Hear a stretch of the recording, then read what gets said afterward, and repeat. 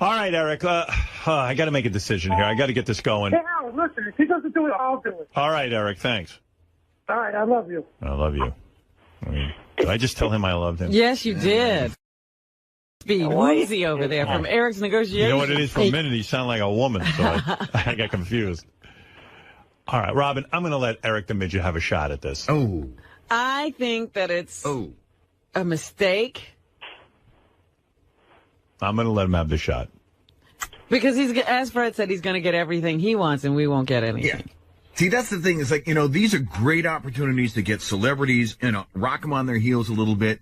He's just going to away. Right. And we're going to work hard on questions. And you're going to end up buying him. He wants camera equipment. He wants double hotel rooms. Right. He wants per diem. I got like Sharon Stone, but less glamour. Fred, what have I said that isn't true? Do you not want camera equipment? Do you not want mileage for your van? Do you not want to stay in L.A. another night or two to see Jimmy Kimmel and another show? Come on. Lopez. You panhandling leprechaun. He's got to stay another night to see Lopez.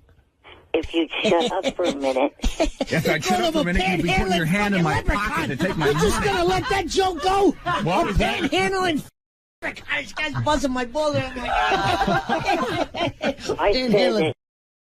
I said that it would be acceptable for one room with two beds, that they don't have to book two separate rooms.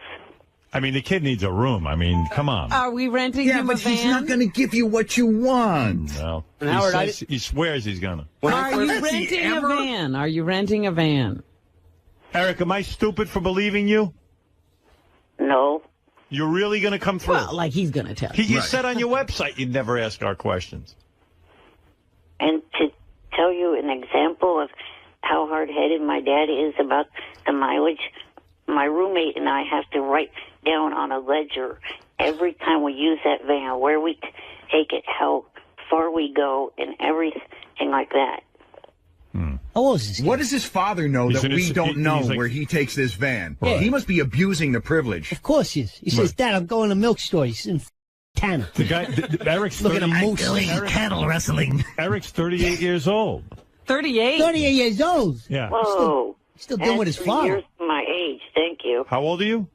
35. 35. Oh, I don't want it to blow my rolls in Hollywood. But meanwhile, you got to hand it to this kid. He only had a life expectancy of 19 years. Right. That's beautiful. It's So a look at beautiful him. thing. His parents are looking at their watch. Oh, wow. I like bust his balls. That was rough. Yeah.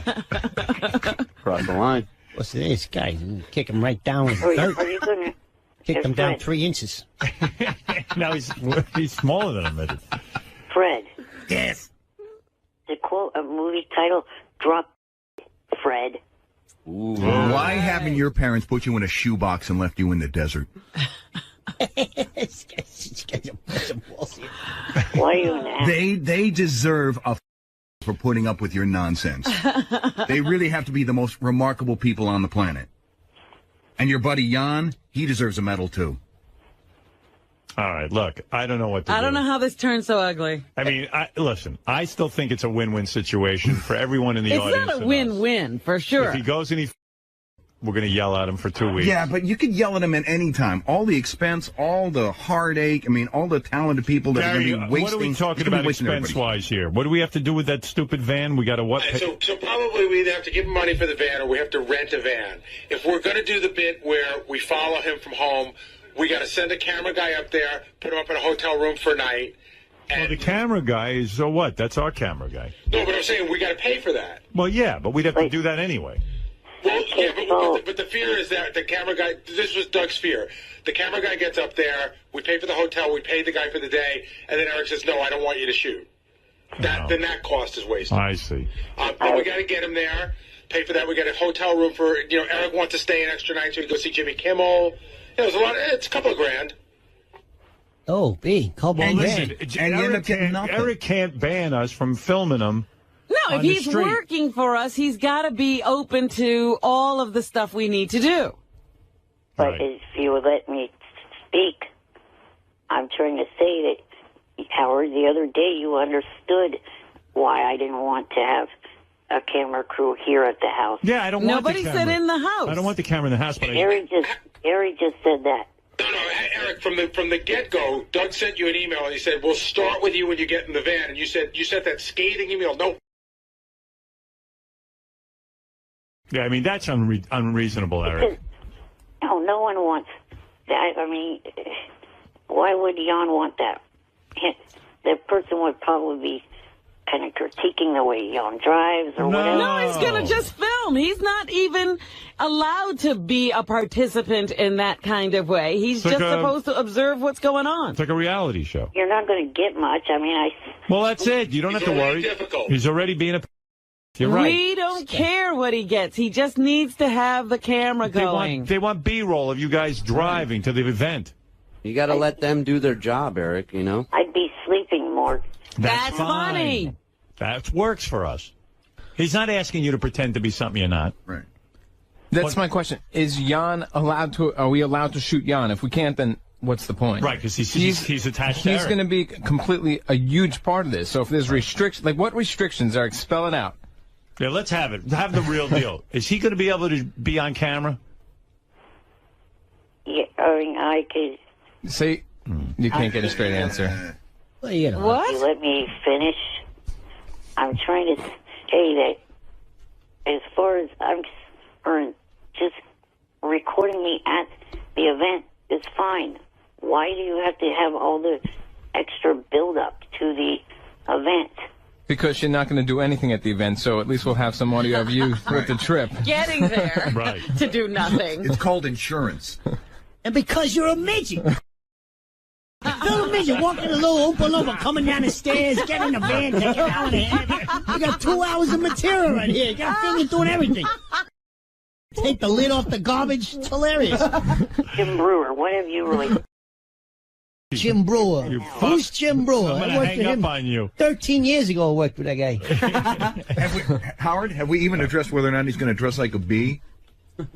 That's none of my business. I have That's nothing to do with that. Yeah, Or should he be in an outfit? Put him in a Oompa No, Loompa. He wants to be an listen, actor, right? I want this guy. This is what I He's want. supposed to Eric, be in a little this is tuxedo. A little tuxedo. That's nice. But yeah, I do want you to dress nicely for the Yeah. event and have some That's respect. what I will do. I will have A tuxedo? tuxedo. All right. Yes. A tuxedo works for me, right? Boy, can we go to that fitting? Exactly. Hey, you got to film that, Robin. Go to a little guy coming in there, get a little bow tie.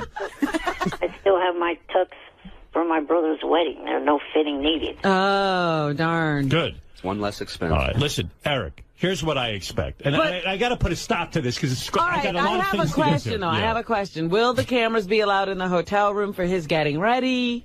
All right. Here's what I want, Eric. Here's what I want. I want the camera guy to go with you on your trip. In other words, you don't have to do anything. He's there in the car. It's like a reality show. If for 8 hours you sleep, that's it. That's reality. You don't have to put it on, and neither does Jan. Jan just drive. Jan drives, you sleep, you have a conversation, you don't have a conversation. You can ignore the cameraman. You get to the hotel.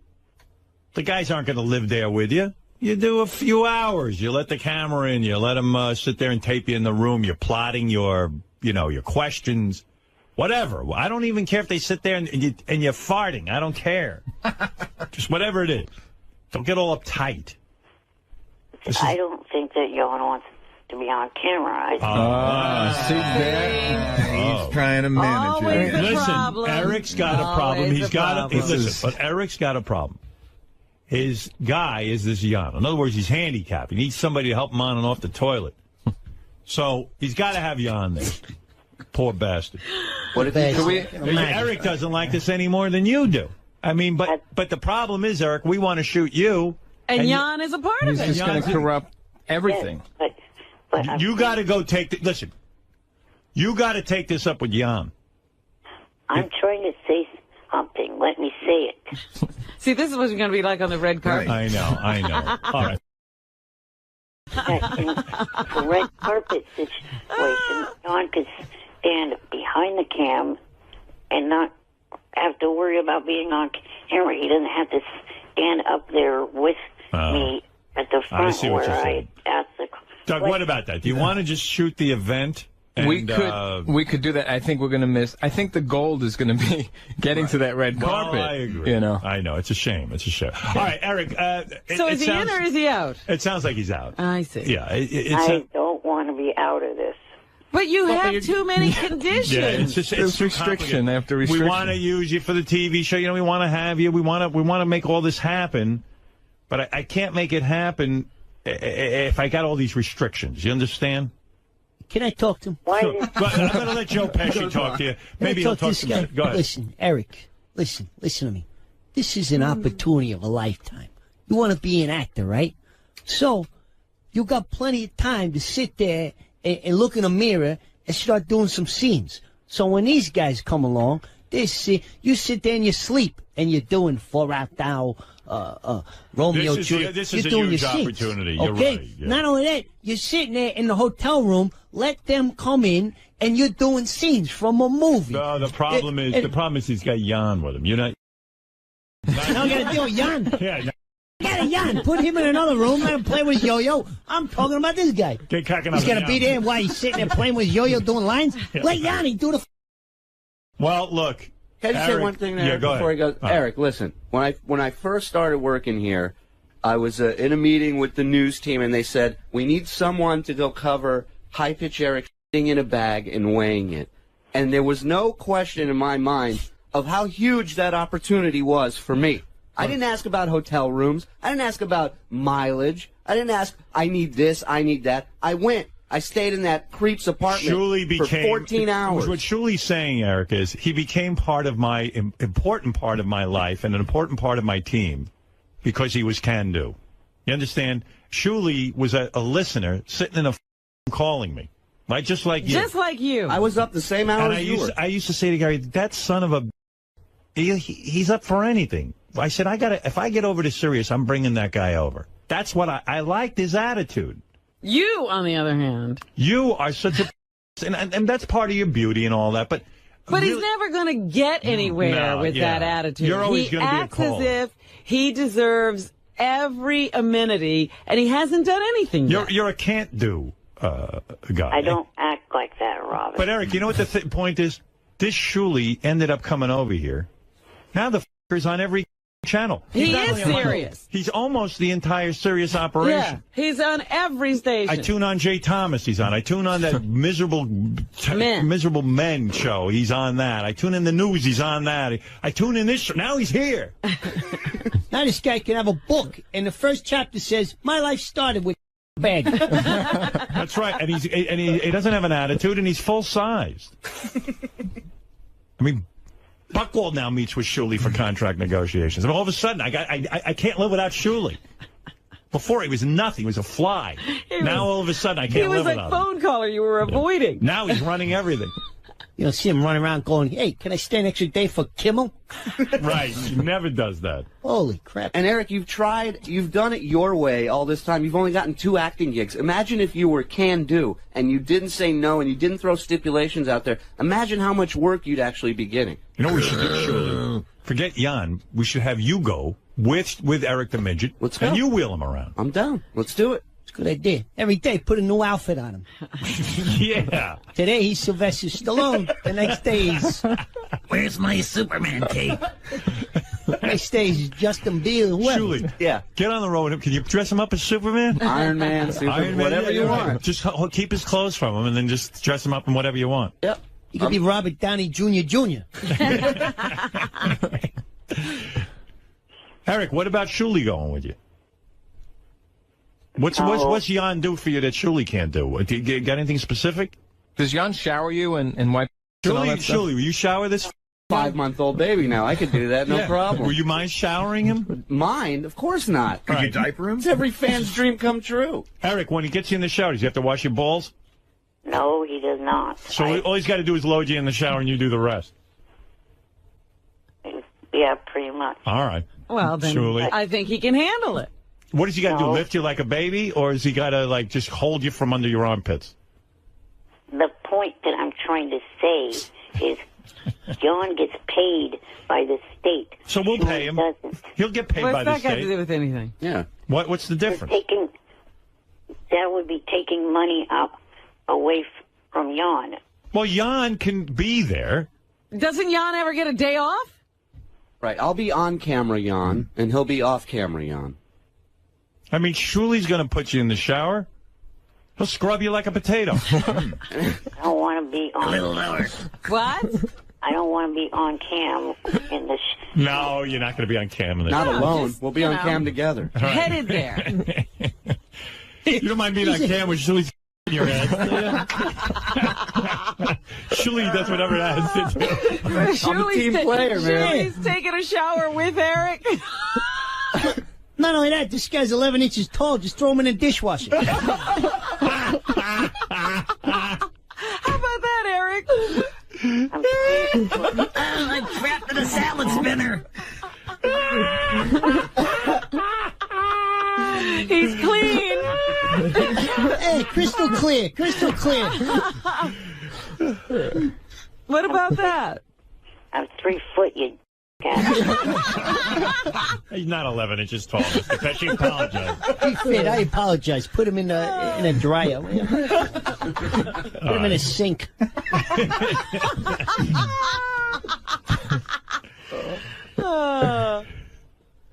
Look, Eric, here's my point. What we'll do is, listen, Jan is still on your payroll. You can have him doing other things. But Shuli goes with you. And that way we get the footage. And that way we can shoot you wherever we want. Shuli will do what else does Jan do? Does he have to wipe? I'm being serious.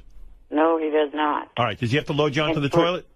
And for any out there, I do not diapers.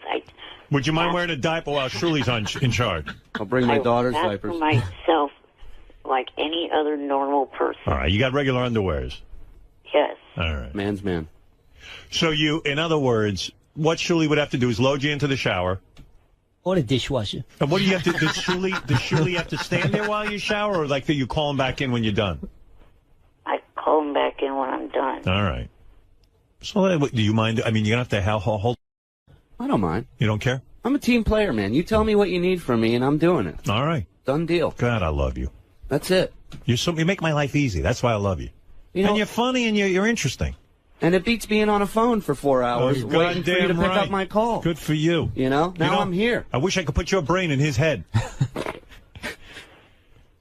You're probably going to have too when you hold him because you'll get wet. I don't want to get my clothes messed up. Right. Because I'll be in a tux, too. My Shuli, that's a very nice... Does Shuli have to towel you off, or you do your own toweling? I do it myself. All right. Because I could grab you with a towel and pull you out. You know what? How about you don't shower for 2 days? That would be awesome. That would even be better. Yeah, then I'd smell like high pitch. Right. Well, I'll tell you what. Look, okay, I'm putting this on the table. I got to be done with this. I have so many other things to get to. I like that Jan has to put him in and out, and his problem is being on camera. Right. That's his problem. Right. I understand Jan. Jan ain't looking to be in show business. I get it. The guy has a serious job. He works for the state, as Eric points out. Eric needs Jan. He doesn't want to. Okay, so I'm going to solve this problem very easily. With Shuli. Shuli is going to step in and help Jan. He's going to be Jan's assistant. Yeah. In other words, Shuli will do whatever he needs to do for Eric. Right. And from what Eric describes, most of this is showering him. And what else? What other duties does Jan have? Not much. Do you dress you dress yourself? Yes.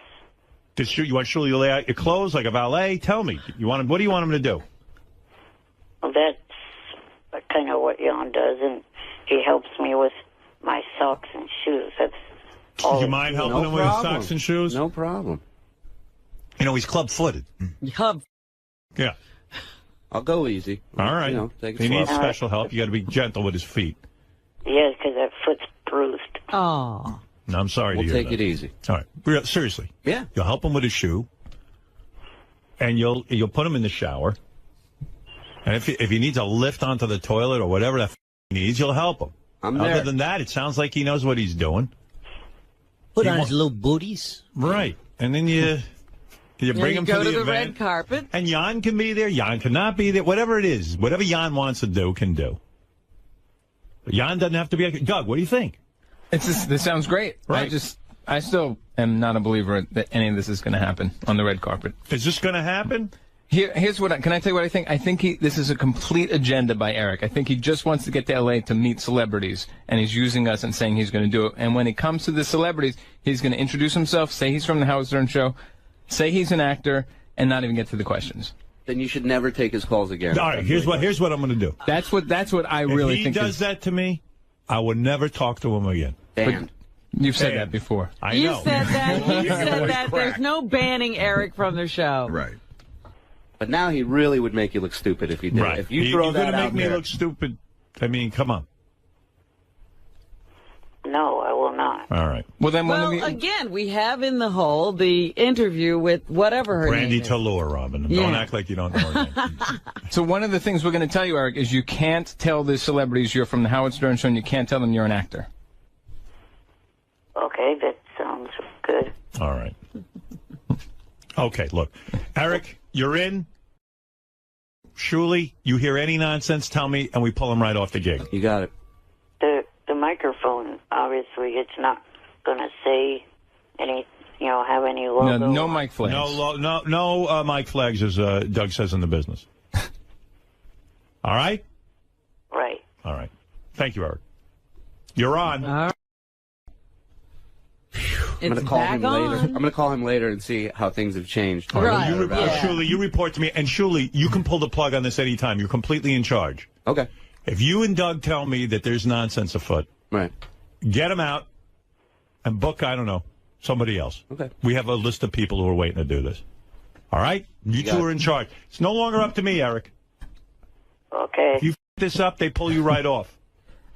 Let me tell you, I'll take every opportunity, Eric. I'll take your spot if you want. Right. I'm exhausted. I need a nap. Right. He's on. He's off. How about if could we try to wash him in a dishwasher? No, because we would be done with him. And Doug Goodstein is coming with you, not in your house, but after you leave your house, he's going to get in the van with you and Shuli, and you're going to go. And if Jan wants to be there, he can be there. I can't have any headaches with this thing. Be can-do like Shuli is. That's how Shuli works here. You want to be can-do? What? Why can't you just let me do the drive without the... There we go. We're back in negotiation again. This guy don't stop. This guy don't stop. Come already. We're going to last 10 minutes in a pizza place down the corner. Right. Holy crap. Howard, this is the nightmare. This is. Listen, you guys can pull the plug whenever you want. What? One of the reasons why I stopped getting on the JFSC cam so much, I don't want people seeing me with the rubber oxygen tube up my nose, and that's the way I would be in the van. What if we blur it out? What about on the line then? I don't have to use it while I'm fully awake and sitting. I see. In other words, you feel you don't look your best. Right. Oh, boy. Some actors do make that stipulation. They do not like to be seen taking oxygen. Yeah, I mean, Mr. Pesci, you don't want to be in a scene with an oxygen to take No, they're not. It's embarrassing. Right. I need more. Yeah, it's too much. Well, can you guys work this out with him? Yeah. And if you can't, then just give up, okay? I'm leaving it in your hands. Okay. If you guys give me the word he's out, he's out. You'll be cool if we bail on the coverage, half of it, and just do the carpet? Because it sounds like this ride's going to be gold, but a pain. You decide, but I know. I want some footage in the car. Okay. Maybe there's points he can, or maybe he can get over this vanity thing. I know he's a handsome guy. Maybe the oxygen tube thing ruins his image with the girls. I understand that. Believe me. I look like I got tubes hanging. All right, you guys work it out. If for any reason you smell something's off. Yeah, we'll just let Shuli talk to him for 5 minutes, and he's just going to probably unwind and say, I'm not doing this, not doing that, not doing this. Right. So and then pull the plug, and then we have a list of people who are waiting to do this, and then we'll get one of them. All right? Okay. We'll be in constant communicado. Anybody want to bet whether Eric winds up on the red carpet? I say no. He's a pain in the but I've given the okay for Eric to do this, but now I'm putting it in the hands of Shuli and Doug. If Shuli and Doug feel this is no can do, if it's not going to be good television or radio, out the window, and we get a new guy. All right? Hey, how many roles have you been up for? Somebody and then another guy comes in. Hey, Bing, can do. This guy can live in a can of Mountain Dew. And yeah, right, can do. I want to retract my $10. I'm out. I don't trust this guy for nothing. That's a HowardStern.com poll. Yeah, do you think Eric the Midget will end up doing the red carpet interviews? 18% said yes, 82% said no. Wow. The people know. The people know. All right, Shuli, Doug, you're in charge of Eric the Midget. I wash my hands of this. Eric is in, as far as I'm concerned, until you say he's out. If you say he's out in 5 minutes from now, he's out. Eric, listen to me real carefully. You want to be in entertainment? You want to be an actor? Yes. Do not pass this opportunity up. Do whatever it takes and make it happen. It'll only benefit you. You understand? That's good advice. It's as good as you'll ever get. Let him talk, because he's going to say, but... Watch. All right, go ahead. One of the things that Johnny keeps telling me is to keep the health issues hidden. What? Health issues. We know you have health issues. That's easy when you're in a wheelchair. How's he going to keep everything hidden? Maybe they should hide me in the glove compartment. You've always stood for honesty. Why would you sweep this under the carpet? You're an inspiration to a lot of handicapped people. What, are you going for leading man roles now? Yeah. There goes my role in Jerry Maguire, too. There goes my role in Law and Order. Special Midgets Unit. Your health issues would only benefit you at this point. Nobody's got what you got. Having a camera on me showing that I have to use oxygen. We know it. You've already made it clear you have to use oxygen. You're saying it right now to millions of people. And what will it do if people know that? He's afraid. You ever see a show, for those of you older, it was called The Price is Right or Tell the Truth. There was a guy, Bill Cullen, he was the announcer. He had polio. They never showed him on camera with his polio. But this is a different scenario. We can't, you take one look at you know you got problems. You know, you've got multiple handicaps. So, everybody knows it. And what if somebody came to you tomorrow and said, we want to do a reality show on you? And what are you going to tell them? Well, you can't film me here, you can't film me there? He wanted to be in a reality show. He wanted to be on that midget show. Excuse me, Little People show. Couldn't get on there. Dominic, what did you want to add to this discourse? And then I got to move along, honestly. I think you take the negative and make a positive. You have him in a wheelchair. He has a little button that raises the wheelchair as the people walk by. So that yeah, that's going to happen. So that the people see him even a little higher. So they talk directly at him. All right. The tube is behind him. Please. That's silly. Inspector Gadget. Yeah. Inspector Gadget is right. Suddenly Dominic's no longer a lawyer. He's MacGyver. Yeah, he's building contraptions out of nothing. Here's what you do. You put him in a jack-in-the-box. And then when the celebrities come by, you pop out.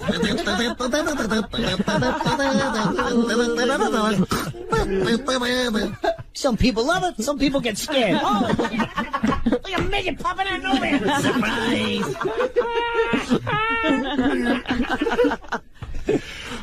Oh, my God. Yes, Hansy, what is it? Please, quickly. I've got a million things to get to. No, I think it's man. What's it called? You know, I want to do this, and then this guy's giving you all these demands, and I don't know. I just think that I don't know. I should be given the opportunity to do that, man. Yeah, Hansy's dying to get on the red carpet. He's fearless, too. On Twitter, he goes after celebrities left and right. Yeah, well, I mean, Hansy's... Hansy's another problem. He's a Hansy full. Yeah. I mean, this guy... I think we'd have another problem with him. Yeah, I don't know. You might go off half... I'm not showering Hansy. You're not? No. You refuse? I would draw... That's when I'm not can do. Hansy, please, let me work this out. All right, whatever, man. All right, thank you. Now Hansy's upset. I mean, now Hansy's upset. Everyone is upset. Big deal. Big deal. This guy. A lot of sympathy. Causing a lot of problems, this guy. Yeah. You know, everybody's got... Hansy has an imaginary friend that can't be filmed. I don't know if you know that. Just kidding. Imaginary friend's probably a pothead loser just like him. No, come on. I'm just kidding. All right, Eric. You're in. I'm allowing this. If the two gentlemen that are in charge are Doug Z. Goodstein, executive producer of Howard TV, will be shooting this for Howard Television, and Shuli, who is from the Howard 100 News Department, Jay Thomas Show. He's on the Bubba Show. He's on Miserable Men Show. And I think he's on the new Sports Fantasy channel. OutQ. He's on OutQ. He's on everything. Martha Stewart? Yeah. He's over there cooking? Right. So he's everywhere. Here's a suggestion. Go ahead. Go ahead. Please. No, please. I was going to say a little suggestion. Sometimes in the acting world, if someone's a little out of their mind and we know we're going to have problems, we get a backup just in case. Right. So this way, we string this banana along. He don't work. Bing. We throw another guy. You're right. Now you got a little competition. They gotta outdo one another. Ah. Now, Mr. Pesci has made an excellent. When there's an understudy in a theater, the actor you're always shows more up. likely to be at the job. Now you're talking. You hear what I'm saying? You hear this? Yes.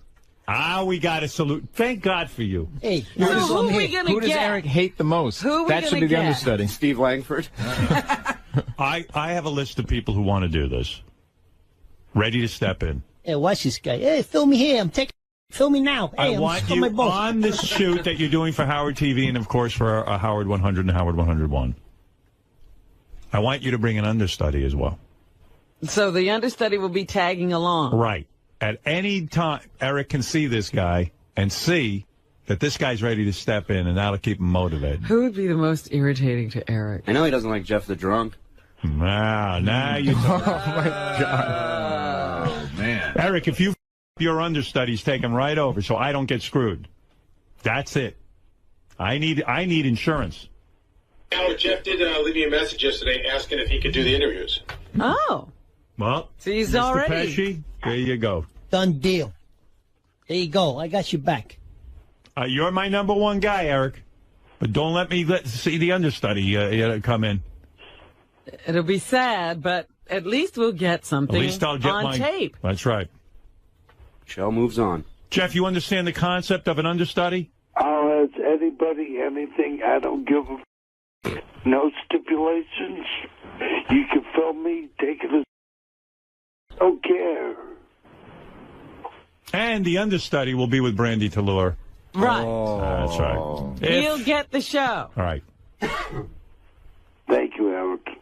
Wow. Doug's head spinning, thinking about Eric and Jeff. I'm actually thinking of Shuli. His head's going to be spinning. Shuli, you're in charge with Doug. Right. If you guys think Eric can't handle it, go to the understudy. Here's the question. Do you think by the time the show's over today, will Eric be out? Yes. Yeah? Oh, yeah. Oh, yeah.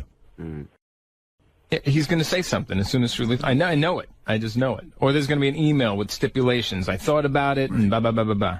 Right. All right, Eric, I wish you the best. You got the job back. All right. To me, it should be enough on you guys that, A, if I fail, I never get to call in again, and B, if I succeed.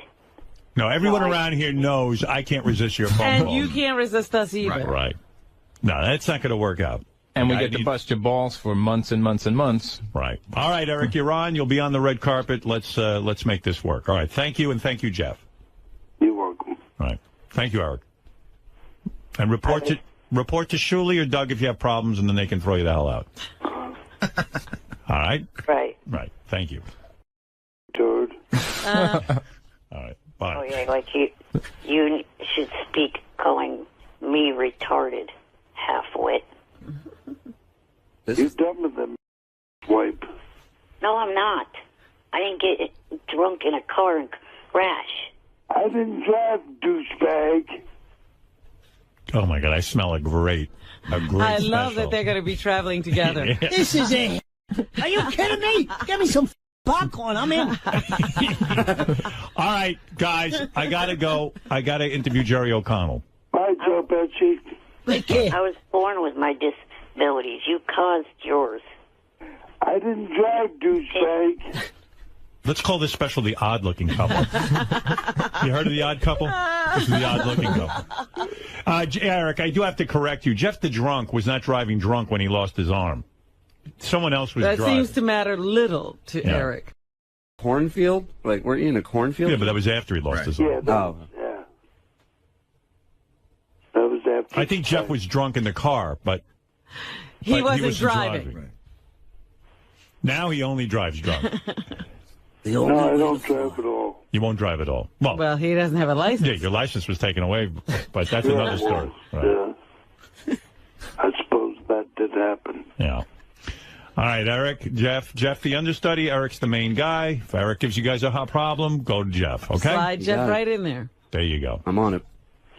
I'm looking forward to Jerry O'Connell's new TV show on CBS. All right. Well, I'm looking forward to you. That's up. All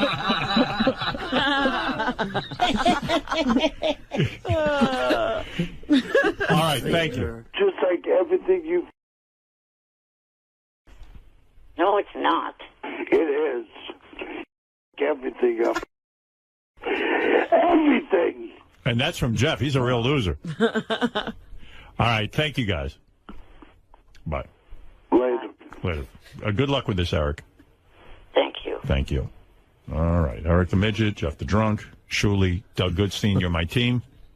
God bless you. Thank you. Yeah, it's all in your hands now. Oh, my goodness. This is how I run my organization, as you can see. This is a tough assignment. Yeah, this is tough. God. You're on a tight ship, Howard. Tight That's ship. right. And thank you for your suggestion, Mr. Pesci. Hey, piece of cake. Minutes after that Eric the Midget piece in Our Time moment, the dopey diminutive diva declaring he's out. Eric on the phone with Shuli in the newsroom in the past hour, proclaiming he will not agree to video coverage of his journey to Los Angeles. So never mind. The miserable midget once again never missing an opportunity to miss an opportunity. Right. All right. Shuli, what do you have to add to this from the Howard 100 newsroom? Here is Shuli with a follow-up. You've been in deep discussion with Eric the Midget, and what happened? Howard, it was about a 9 to 10 minute conversation. He must have flip-flopped about 7 or 8 times. I gave him every opportunity in the world to do this. But again, his problems, he's focused on the wrong stuff. His priorities are out of whack. Right. He's worried about Jeff the Drunk being there. He's worried about whether or not Jan wants to be on camera. And it's just, It's too many problems. Yeah, and no one was pulling for him more than me, man. And I'm here to tell you, I don't think it's going to work, man. All right, well, then that's it. Okay. Then you've pulled the plug. Yeah, I mean, he said he wanted to call in again and clarify it with you. No. Oh, my God. We could spend the whole day on clarification. Mr. Pesci was here. We spent all our time with Mr. Pesci on this. I apologize. And you were a great help, by the way. Thank sir. you. No more Oompa Loompa rolls for this guy. He's out. Now, so, all right. It's in your hands. Yeah, and, Doug and I agreed. I think maybe you want to get a new number one. Maybe, I don't even know if you still want Jeff the Drunk. You guys handle it. Okay. All right. Okay. Thank you, Shuli. Certainly, Shuli's my right-hand man on this. All right, anything else? Beyond the deep disappointment of the Stern world to this news, the Howard TV freelancer who set up the Emmy event in L.A. highly upset. He may now be out a day's pay since the angry midget has blown yet another shoot. Hey, Eric, you're on the air, Eric the Midget. Good morning. Morning. Maybe she'll take Eric. As our pet? Now he'll get out the dog door. I was calling in regards to the fact that Shuli did the red carpet for you guys. Right. You know what? We shouldn't even be talking to him. Why? Because wasn't that part of the deal if he didn't do it? Nah, I don't care. I'm going to talk to him. I knew it. I knew there's no way of threatening him with you because you cave. I cave. I'm a soft touch when it comes to Eric. I don't know. I love Eric. And that's why he gets away with all of this. I know. Carrying on that he does. I love Eric. He gets a big head about himself. He actually has a big head. A physical big head. The only thing is big. Is your head unusually large, Eric, or is it because you're so small? I don't know. I've never really checked. Yeah, because his head, I think, it looks like a normal-sized head. Yeah, that's what it is. It's a normal-sized head on a little tiny... It almost looks like his neck's going to collapse from the weight of the head. I know, like he can't support his own head. Is it hard to hold your head up? You get tired? No. Seems exhausting. But that's why I love Eric. Because Eric doesn't play the handicap card. He just... Are you kidding me? No, he's happy. Oh, stop. What? Yes, I believe happy? He's got interests. If I was in Eric's condition, I wouldn't even bother calling a radio happy? show. Yes. I don't know how you could say that. I'm telling you. Everything irritates him. He's miserable. Yeah, that's just it. He's normal. He has goals, even. And he plays that card all the time. That's why he expects everything. He's always trying to chisel. Yeah, but not because he's handicapped. Yes, it is because he's handicapped. I can't breathe. He never gives up. Tired. cameras. But what about it? I need cameras. Yeah, but he never gives up. I mean, you got to love his spirit. That I admire about him. All right. But don't say all these other things. That's not true. He's not positive. Well, it's just he enjoys life. He embraces life. He doesn't. He does. He loves his. Sorry, I just can't agree with you. Like he loves wrestling and he loves, music. Kelly Clarkson. Yeah, and he loves girls and. I would just be defeated. Eric's got a spirit about him. I don't think he can help loving girls. And he looks part of his anatomy. And he looks forward to the day. He argues with people on the internet. I see he throws people off his tweet. I don't know. I would just be defeated. He's not. He's not defeated. He's ungrateful. So what? No, please. I'm not. Yes, you are. No, I'm not, Robin. Oh, please. The way you talk to Johnny, the way you treat people. It's funny. I'm not ungrateful. Anyway, Eric, what can I do for you? I just wanted to see if there would be any possibility of you guys giving me a chance for the VMA red carpet. All right, look. Have we got an invitation to that? Here's the deal. I could probably get him in. I mean, I would think so. Aren't I sort of considered part of the Video Music Awards family? As a matter of fact, yeah, I heard them promoting that, you had been Fart Man a week or two ago when they were reviewing the VMA. Aren't I part of that family? Yes. Exactly. Here we go again with Eric on the Well, red he'll carpet. never do it. We'll go through all of this, and he still won't do it, and we'll get Shuli's crappy interview. Yeah, we'll interviews from Eric. You also don't know what you said yesterday, that I would have been because you never gave me the opportunity to actually do it. I was not going to be even trying to get you to agree to it. Yeah, Eric, here's the bottom line. I believe if we send you to the VMAs, you're never going to ask our questions. And so it would be worthless tape for me. You don't know that. I'm pretty sure. Although I did have a hard time getting Shuli to ask our questions. Yeah, he didn't even ask the question. He apparently didn't really get the... Does that say something? Yeah, I don't know. I don't know who I can rely on for this, but I don't know. Eric, let me go think about it and stuff. It's a ways off, isn't it? The 12th of the 12th of this month. Oh, it is? Oh, I better. Okay, let me find out first if I can get a pass, and then I'll discuss it with you, okay? All right. All right, bye-bye. I don't want to get into a whole long thing with Eric. People send me mail. They're canceling their subscription if they hear Eric one more time. Well, you know what's funny? Didn't this all start with the other thing because he asked to do it? Yeah, exactly. It's like cancer.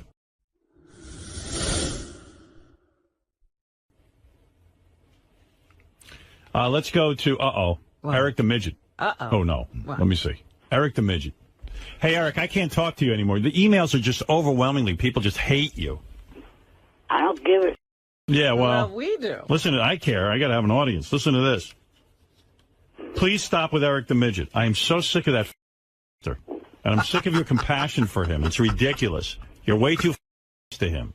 You really should have never given him a second chance. Everyone was saying he was going to anyway. Why go through the trouble? Did Eric show compassion for Artie on November 11th last year? Did Eric play? Did he? Eric played the handicap card with the Artie. He's a monster, Howard. Eric is a parasite and a leech. He's costing you subscribers. Please, Howard, listen to us. Eric is a monster, and you're giving him way too much. I mean, they're endless. Then if all your fans think that, I won't go ahead and give you the idea that I was going to give you for your fans. Them. Good idea. Keep it to yourself. I don't know. I like you, but every time I have you on, it's an avalanche of hatred toward the show and me, and the email is just awful. I was going to suggest to you that you should, before your contract ends, do a trip out to Vegas and the West Coast. But who gives a See, now you gave away the idea. That was going to be an idea for the fans, but screw them. Yeah, you know what? Just for that, I'm not going to use your idea because I'll screw them over. All right. Well, Eric, what can I do for you real quick, please? Well, I was calling to check to see if you were going to give me the VMA assignment and to smooth things over instead of me coming up with demands. I was going to have Johnny handle it, so maybe the... Listen. Here's the deal, Eric. If I can get a spot on the Video Music Awards, I'll look into giving it to you. And you're going to go out there and you're going to ask the questions that I write down for you, and you're going to prove every one of these is wrong. How's that? All right? All right? Well, you got that correct. All right. Goodbye. I'm working on it. Okay, like I said, I'll have Johnny handle the negotiations so there's no wild demands that you guys don't want to meet. How could there be a negotiation? It's no negotiating. You're just going to go out and do it, and it's going to be great, and you're going to ask the questions I write for you. All right. And you're not going to be you're going to prove everybody wrong in the audience. Yeah, you want something we can do for you. We are the ones who set the conditions. Right. And it's going to be great because here it is at the end of my 5-year contract. I'm probably leaving. And then at the end, it'll be a great thing. Like all of a sudden, Eric redeems himself. He's going to come back from the Video Music Awards with great interviews. And everybody will love him. Everyone's going to love you. Okay? Okay. It's going to be like the end of a Hollywood movie. Now go get him, champ. Get ready. Thank you. Thank you. Yeah. When in the Video Music Awards, they're going to couple it. Hey, Gary, you working on that? I want that kid on there. 12. Yeah. I want that kid on the red carpet, and like in a Hollywood movie, he's going to redeem himself, and all the fans will love him. Are you working on that? Yep, I'm working on it. Okay. Yeah.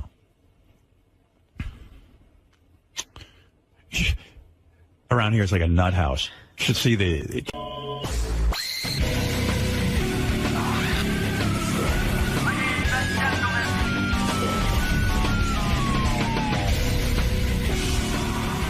Hey-oh, good morning, everybody. I know what you're saying.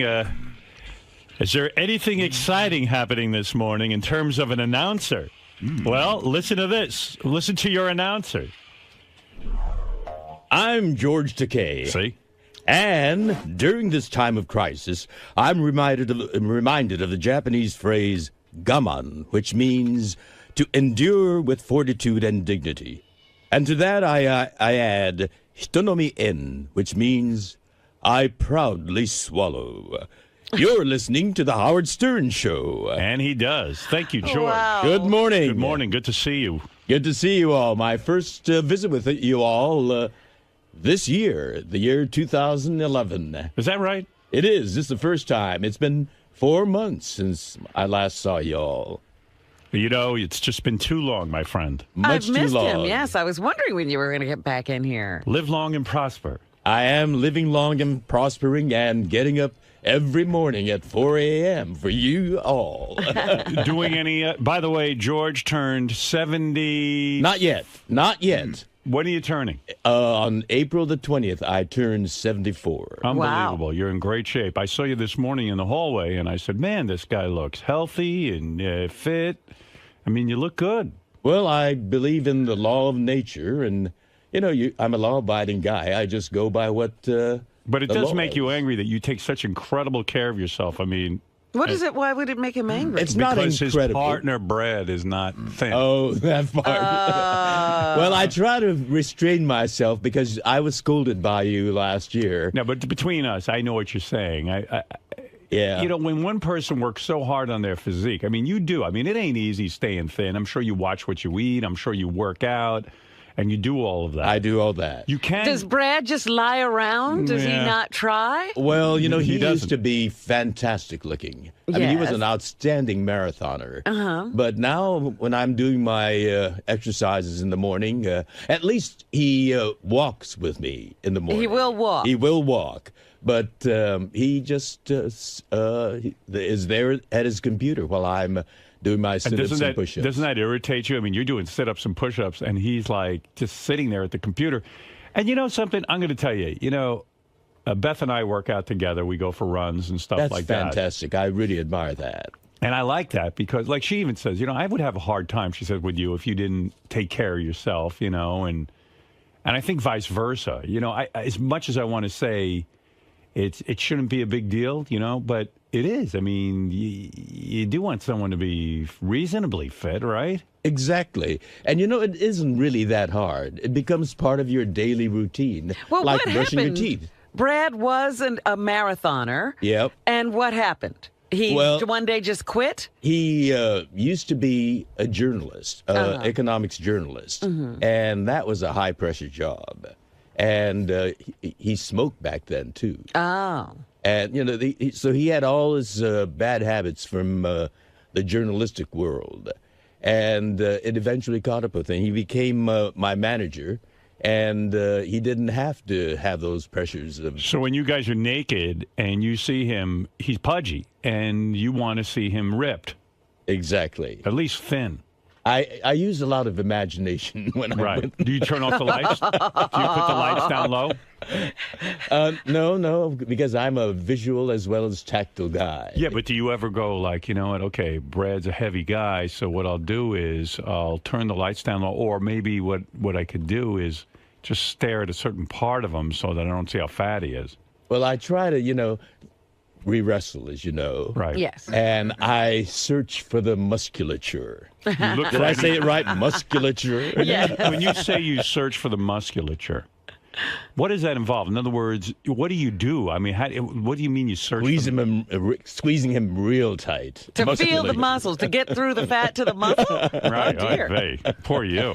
Musculature. No, that's good exercise. How long did he stay good for? After, like, you were in a committed relationship with him? We were together for about, it's gradual, but I noticed it's getting a little bit pudgier after about 10 years. After 10 years. That's usually, that's when it happens. And how long have they been together now? Oh. We've been together 24 years now. Next year will be our silver anniversary. Wow. Very nice. Very nice. Well, I know at this point in your life, I guess you couldn't imagine, but do you think you'd ever leave Brad because he's so out of shape? No. Do you think you're ever tempted to cheat? I've been tempted many times. Right. But, when you really love someone, you think of hurting him. Yeah, and don't you think that, like, I bet you when you go to, like, a Star Trek convention or something, and there's some, good-looking gay dude there, I bet you, like, in a way, they would love to get you in bed because, you're the prize over at those Star Trek conventions. Is that where you mostly get? Trophy star. Is that where you get, is that where you get proposition mostly? On those cruises? No, not just there.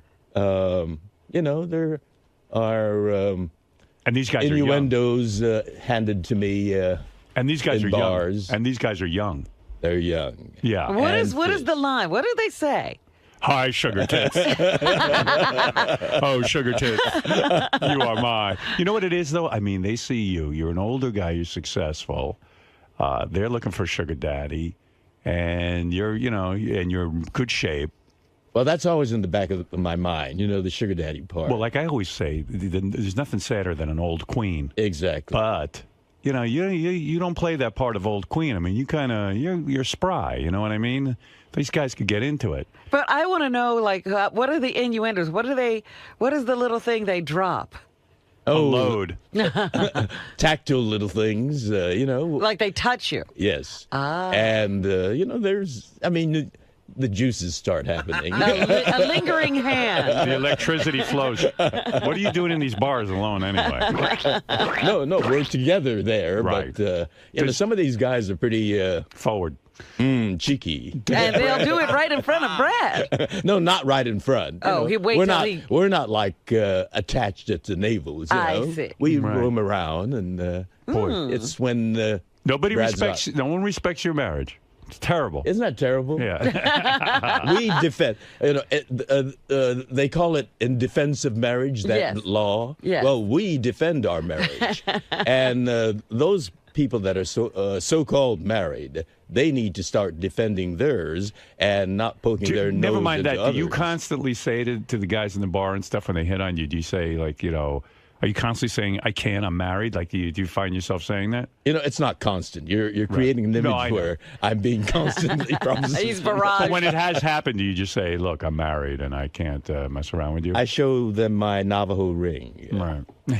Look at my Navajo. Brad's from Arizona, so that's why we got this Navajo artisan to design our ring. Right. Are they ever so bold as like to follow you to the men's room or anything? Oh, yeah. Oh, boy. Squeeze Wow. that big penis. Wow. Well. You do have to defend your marriage. Let me tell you all, I am now working on a Nickelodeon show. Yes. It's called Super Ninjas. It's aimed at teenage males. Oh, boy. Perfect. A whole new generation of fans. Right. And so this discussion we just had is all...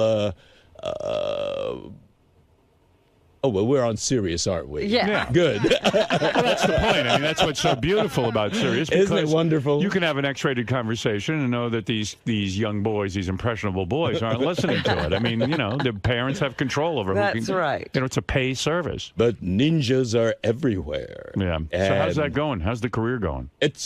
I'm having a lot of fun. You do any Star Trek cruises recently? No, because I've been working on this series since January. How's the bed bug situation? Did you straighten it out?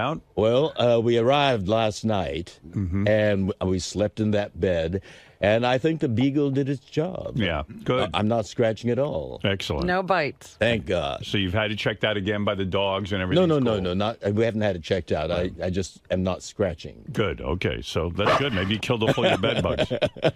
Also, a lot of people, I was kind of following this when Gilbert Gottfried made his comments about Japan. I know on Twitter you followed... Are you actually tweeting yourself, or is someone helping you with it? I mean, I know they're your thoughts, but do you actually physically take the phone and start to tweet? No. I stockpile a lot of them. The timely, topical ones I do immediately. I have a feeling, now this is just my feeling from reading you, I think Brad is doing some of the tweeting. Well, no, the content I put together. Right. Some of it doesn't feel, if I can be honest, some of it doesn't feel like it's your words. It feels more like Brad's words. Am I getting warm on this? Yes, you are. Okay. You are. That's what I thought. Some of it is not George Takei. No, the 99%. I knew it. I fucking knew it. What does Brad write? Because when you read George's tweets, I can't even give you an example because I don't sit and memorize these tweets. But sometimes I just know it's not George. Okay. I just What know. is it that you smell? I smell Brad and his balls. I mean, I smell Brad, and I knew you have good nostrils, I must say. I wasn't the only one to point this out. Other people have said to me, "We think some of these comments are Brad's comments, not George's." But I mean, because we know you. We know you from being on the show now, and we can smell out a rat, so to speak. No, he's a mouse. I heard I was getting yelled at on Twitter. I didn't tweet all weekend. I kind of forgot about it, honestly. I just was busy and not doing my thing. But I'll tell you, I don't know if you get this, George, but then when I go on there, I say, okay, well, since I haven't been on in a while, I'll tweet 5 or 6 or 7 things. Yeah, right. And I get yelled at for tweeting too much. Oh, no, I got yelled at yesterday, Stockpile them and dole them out in little dribs and drabs so that there's some consistency. Yeah, but I actually just go on and spontaneously. I'll answer the fans' questions and things like that because I think it's kind of fun. But as soon as I do 7 in a row or 6 in a row, I begin to get yelled at. Don't do them all in a row. I see. Why is that? Well, that way you cover more span of time. But people want. I don't understand. But it's also immediate, and it's a conversation that way. Yeah, there are topical ones that you have to do immediately. Like when the series of calamities happened in Japan. You want to keep on top of that. So were you mad at Gilbert for all his Japanese they seem we all know Gilbert, don't we? Yeah. I mean, that's a shtick, and that's Gilbert. Right. And I thought it was ludicrous that he got fired from his job with Affleck, considering the fact that when they hired him, he's been doing all that shit all along. But you know what? Affleck, a good percentage of Affleck 75% of their business is in Japan. But so, I mean, they hired this guy knowing he's a lunatic and that he does really filthy material. I mean, ridiculous. He uses the N-word. With the Jews. He's always offensive. That's a shtick. Right. So, and all of a sudden to say, well, over the Japanese tsunami and earthquake, we'll fire this one guy. Thing. I keep hearing tsunami, but do you see it printed? There's a T in front. Tsunami. It drives me up the wall. You every want time us to say tsunami? Well, that's the word. Let's hear you say. And there are some Some That's journalists what's that are driving saying you crazy? tsunami. Yeah. Tsunami. That's the way it's supposed to be. Let me hear you pronounced. say it. Say it again. Tsunami. Tsunami. Yeah, there's a T Tsunami. there. And I keep hearing, Is that the journalists tragedy for you that people are not saying tsunami? Well, that's a minor one, sure. but it drives me up the wall when I hear tsunami. Hey, by the way, I do want to wish Richard Christie a happy birthday. It was his birthday on Friday. Happy birthday. I heard, were you invited to Richard Christie's wedding? We have been. Are you going? We are going to be able to because we're doing a workshop of allegiance at exactly that time. So it worked out wonderfully. Someone told me Richard was going to ask you to marry him. Oh, did you hear that? No. Yeah, that's what I heard. To officiate? That was the buzz that I heard around here. I have not heard that buzz. Yeah. Would you do that? No. I'd be happy to if... You're not ordained, right? You'd have to go out I'm a Buddhist. If he wants a Buddhist ceremony. Richard, why do you have to bother George with... I notice a lot of people... I hadn't heard this. I got to tell you something. A lot of people around here bother the guests. Like, I heard a rumor that George was nudged by Steve Langford that his daughter is going to interview George for a school project. Oh, she did. Well, I love Steve. Don't get me wrong, but around here, can we just leave the fucking guests alone? I mean, honestly, George isn't going to be able to say no because he thinks it's going to affect his relationship with me. But it's I don't feel like I'm a guest. I feel like I'm a member of the family. Well, you are a guest. I hate to tell you, you're not a member of the family. I'm shattered. Absolutely shattered. You can't be a member of this family. No, but I mean, I feel so isolated now. No, I just don't want the guests being nudged. I mean, I think it's really sweet that Steve Langford's daughter has a school project. But you want to know something? George isn't here for that, and he's not going to say no because Steve spent a week with George going back to his old haunts and doing a whole special with him. Right. So George feels Not my old haunts. Well, we were imprisoned there. Well, that's a haunt. That's haunting. Yeah, they went. They did a whole Japanese internment special and all of that. No, they're not Japanese internment camps. They're U.S. internment camps for Japanese Americans. Well, you know what I'm trying to get at. When you say Japanese internment camp, you'd think the nation of Japan. George, what I'm trying to say is, Steve did this whole special with you and spent a week with you, and what happens is on what fucking basis would Steve Langford bother this man? Well, many journalists asked me to do that. I don't care. The guys who work for me should not... No, he's not talking about you doing the special. I'm talking about the daughter bothering. Oh. Listen, you're a sweet man. I do that for a lot of people. No, I know you do, but you don't have to do that here. Right, and I don't want you bothered and asked. Listen, I've got 3 daughters. I don't ask... George Takei or any guest to sit there and do an interview with my daughters. My daughters are grown women now. But they went to school and they had projects. I would feel as if I was putting someone out. Sometimes I think just having George get up and doing our show is putting him out. So I would not ever think about doing this to this human being. And I don't know why people... Like, Steve doesn't know... They have gone out to dinner, from what I understand. I don't care. So you don't consider that now their personal relationship? Listen, the only reason Steve knows George Takei is because of our show. And asking George to sit down with your daughter for a school project, you know what? Let his daughter go out and find somebody of interest in the community. She doesn't need to be a superstar and interview a guy from Star Trek. Now, give me a fucking break. I mean, it's ridiculous. And the reason that George is giggling is because he agrees. And he's too kind to say Richard? Richard and George also socialize. Well, that's what I mean. Yeah. Well, this was going to be something we were going to ask George over dinner, but Will, I guess, spilled the beans about it. That's right. But there's zero pressure. If we would be honored. There's zero pressure for you. For him, there's pressure because he has to sit there and go, look. Well, I feel comfortable with Richard to say I won't be able to do it because I'm here for a workshop and I'll be working on that all during, the 2 weeks prior. Yeah, and that's totally fine. Okay, that's totally fine. He shouldn't have to answer you. Do you understand? Mm-hmm. Why did you want George to do the wedding just because because it's fun. Well, yeah, it's fun, and he's got a great voice, and we're very good friends with him. I know. It's all fun and games. Get a friend of yours. You had somebody fun at your wedding. That's right. Mark Consuelos. And that's what's going on here. Mark Consuelos married us, and I know you want the same thing. But listen, calm down. The reason you know this man is because of the show. Okay? But don't sit there and go in your hillbilly way. Howard Deedy. Now I can do it. But I owe a little bit of that Conehead in Cambria to marry you. Your favorite Conehead, or whatever his fucking name is. What is it? Conehead in Cambria. Coheed in Cambria. Coheed in Cambria. Get them to marry you. Yeah. Maybe we will. Yeah. But I.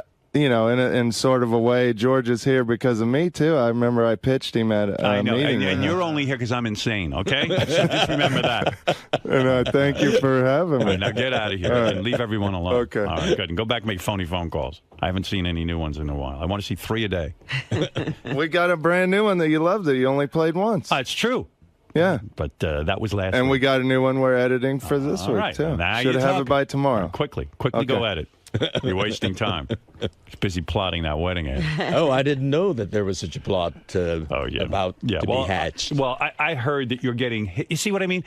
Richard asked for the wedding. Steve Langford's daughter. I mean, Steve is a nut to think that that this is an appropriate request. When did he ask? Did he ask? Where is he? Is he here? Quite some time ago. Where is Steve Langford? I want to yell at him. Was it during the special or? No, it was, I think he talked to Brad about a month ago. You know, sometimes it's really great to let your kid go find someone on their own. That's sort of the project. Daddy doesn't have to step in and prove what a big superstar he is, delivering the guy from Star Trek. It's fucking annoying. So he actually called Brad and made the request. Right. Wow. Yeah. It was scheduled. Hello, this is Steve Langford from Howard 100 News. Brad, I know this is a terrible imposition, but, you know, my son, my daughter... I was happy to... I get a lot of those requests from I get friends. I get it. And you know what? They should leave you the fuck alone. Yeah, well... You know what? My email is filled with requests for everything from all my friends, my so-called friends. Right. And you don't honor them. A lot of them I don't. Yeah. I don't even respond. I can't respond to all the requests. I get a lot of those, from total strangers over the internet. And unfortunately, you've met the people here. Yeah, well, that's the problem. I know because of my relationship, suddenly George is on the phone with Steve Langford's daughter. And don't think I don't know that. And I don't know why more people around here don't know that. It's just inappropriate. But what can I tell you? Steve's not here? I'm a nice guy, you know. Yeah, you're too nice, and I am too. What? Oh, he's on his way down. I know I'm going to get worked up. Keep me calm, Robin. All right. And you know how to do. And you know how to do it. I think George I would be really good at keeping you calm. Better you keep me calm. Actually, I like to touch. I am tactile. You know how you were telling me how you banged women and also men, and it's like I was reading the New York Times yesterday. There was an interview with a woman who she was with a woman a long-term relationship, 2 women. All of a sudden they break up. She decided to date guys, and now she's married to a man after a 15-year relationship with a woman.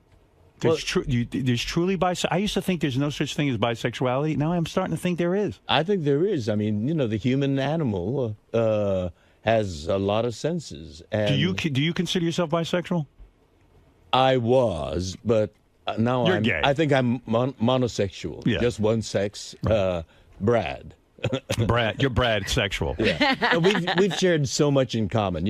We've been together for 24 years, and that I value that. Right. It's something that's very precious to me. But the thought of screwing a woman right now is kind of nauseating. Or right? any other person. Yeah. Where is my... This, I think, is in and of itself a news story. Yeah. Langford will not come back. Why? You're kidding. He refuses to come back. Why? He says this topic is off limits. Why? Why is it off limits? I think because it involves his kids. He said, your kids are off limits. Wait a second. his I'm not child. talking about his kid. I'm talking about him. I'm talking about him arranging for an interview with a guest of mine. I was surprised. He gave me the hand. I'm like, Steve, you of all people? And he goes, Steve this knows. is different. Steve, this is not different. This is not talking about his daughter. I'm not talking about his daughter. I'm You're talking about him making the request. Right. But I just went directly. He's sitting in his chair, and he's not coming in. Interesting. He's got to come in eventually. Because you got to do the news. Yeah, send him in for headlines. And George is here all week, so even if he's not coming in But you see, today. that logic, hiding behind the fact that he did it for his daughter and then saying, I'm not going to talk about my daughter, where I'm not talking about his daughter, is ludicrous. He's hiding because he doesn't want to hear my opinion on this. If he wants to be mature about it. He did say point well taken. That's what he told me. Oh, he did. Okay, so he gets it. I think. Yeah, but wouldn't it be better to hear him say point well taken? Yes. Yes. He can't come in and do that. Point well taken. He should not be bothering. I don't care. You know, I feel substitute the awkward. word daughter for wife or whatever. I don't care who it is. Cousin, neighbor. Here I am in the middle friend. of all this, and it was a pleasure. I mean, he's got a charming little girl. All right, you can. Okay, you're missing the point too. No, I got it. I'm I not got sure it. you're all there. I'm just trying to defend. It's two people who aren't all there. I think it's really funny that Steve Langford won't talk about this. Yeah. Anytime somebody has said to him, Steve, I don't want to talk about something, we have to do the news. This is a news We story. have to do the news. Howard, you should glare at him like he does to us when he. Right? Yeah, you just stare at him. He's so right. Howard, he'll be in a half an hour to do the news. Did you? I know, and that's what I'll ask him about. I will confront him. Don't ask, just glare. Glare. I'm sure you heard Howard's comments Yes, just now. Absolutely. Where do you stand? What's your defense in this? Well, as I said to Gary just a moment ago, point well taken. Fine. Done deal. However, discussing people's daughters, young daughters, on the air, I don't think so. But I don't think the issue is more so about your daughter or young daughter. Well, that's what got raised. Well, I think it's the That's not subject of asking George a favor. What's good for the goose is good for the gander. But it's just the concept of asking George a favor, I think Howard was more Absolutely. pointing to. Point well taken. Do you think, so you think he's right? You think that No, I don't perhaps think he's right, but if that's the way he wants to do it, that's fine. But why not come back and discuss that subject, not so much... Because there's a hypocrisy here about certain things that are off limits.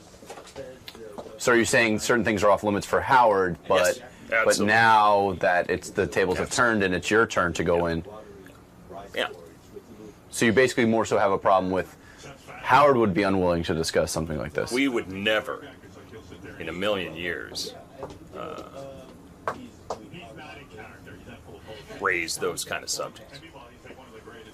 So are you worried that this might hurt your credibility this week? Do you think you might have a tough time with interviews, that people are going to now say, Steve, no, I won't talk, you didn't talk? If you want to talk about somebody's young kids, we certainly don't cover that.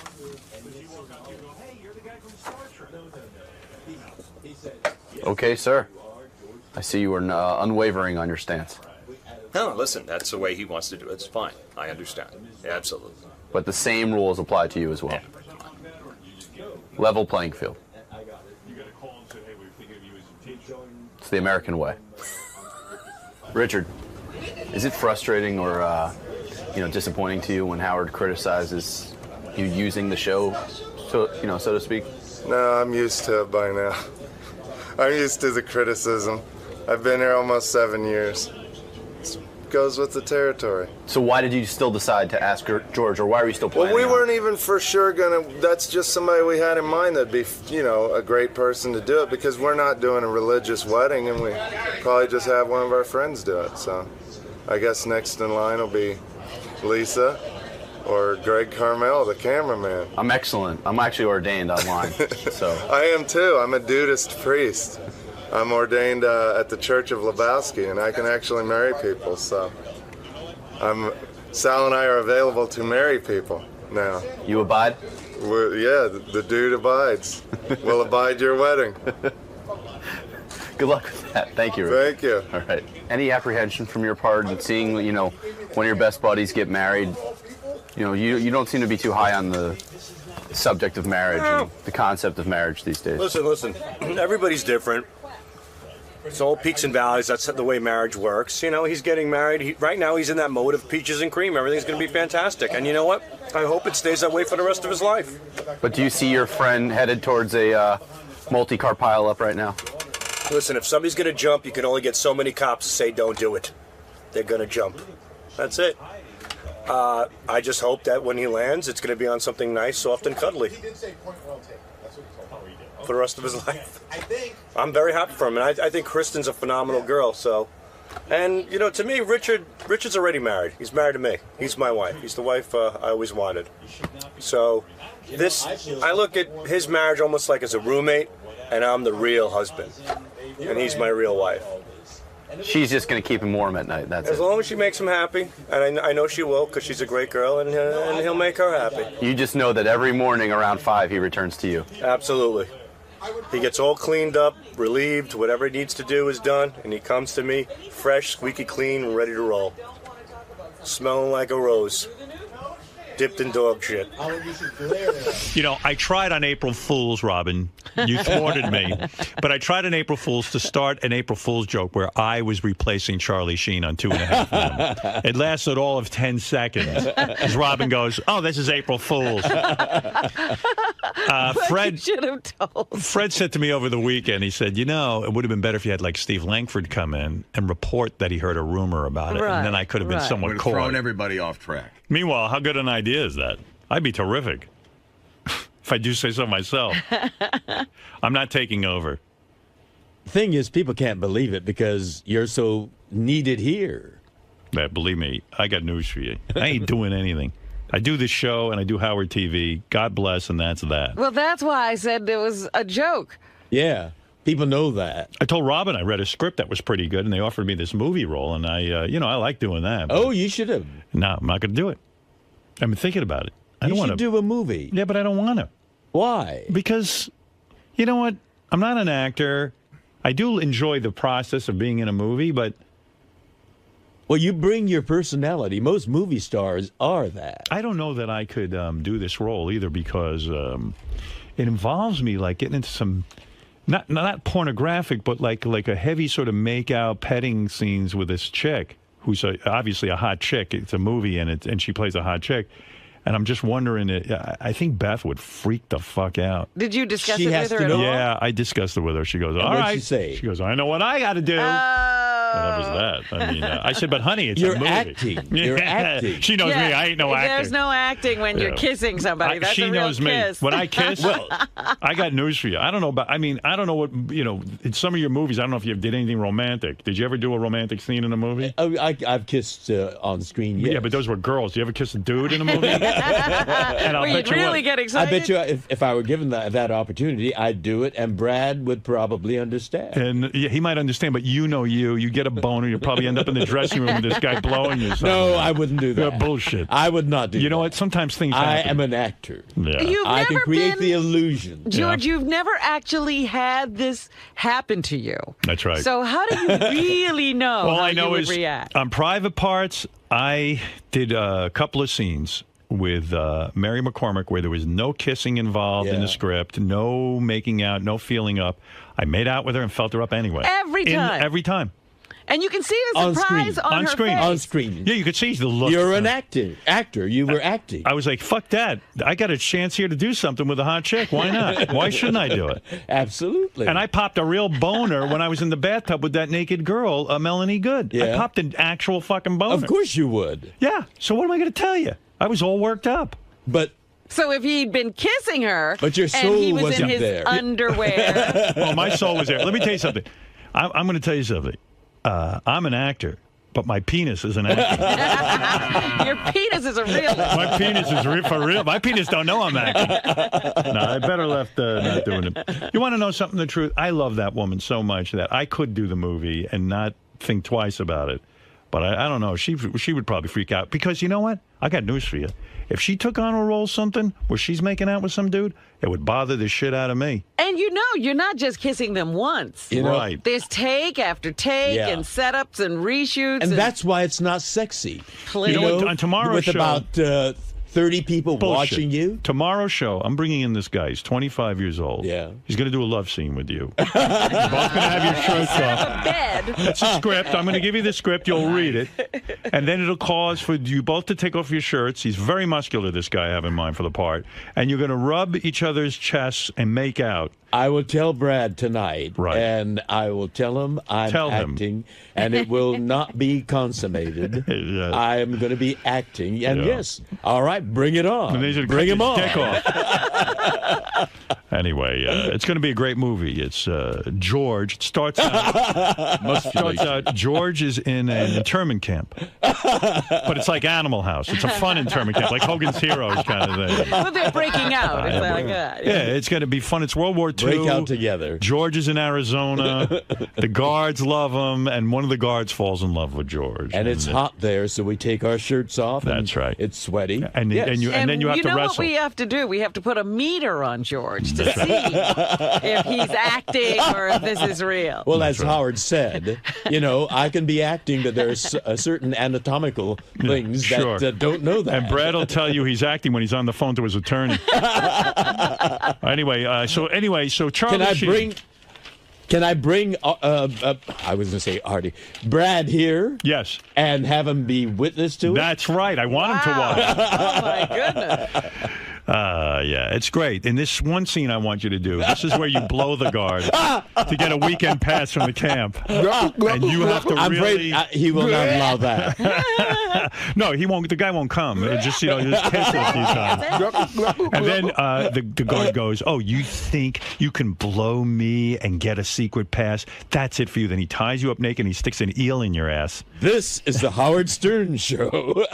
By the way, these two characters who haven't cracked a smile since they've been in here, they won the right to sit in and watch our show. They gave money to charity. You guys there? Yes, sir. I got to tell you something. You two are the two worst guys I've ever had sit in this studio watch me. Ever since you walked in, I've been waving to you. I've been smiling at you. And the two fucking guys stand there like you're FBI. What do you guys do for a living that you're so goddamn serious? What are you? Seriously, what? I'm a contractor. I build houses. Well, what are you so miserable about? I'm not miserable. I'm a performer. When we see guys like you staring at us, you got to get into it a little bit. What's the matter with you? Well, I didn't mean to make you nervous. Yeah, you're making me feel awful. And what's your job? I co-founded 100 Contacts.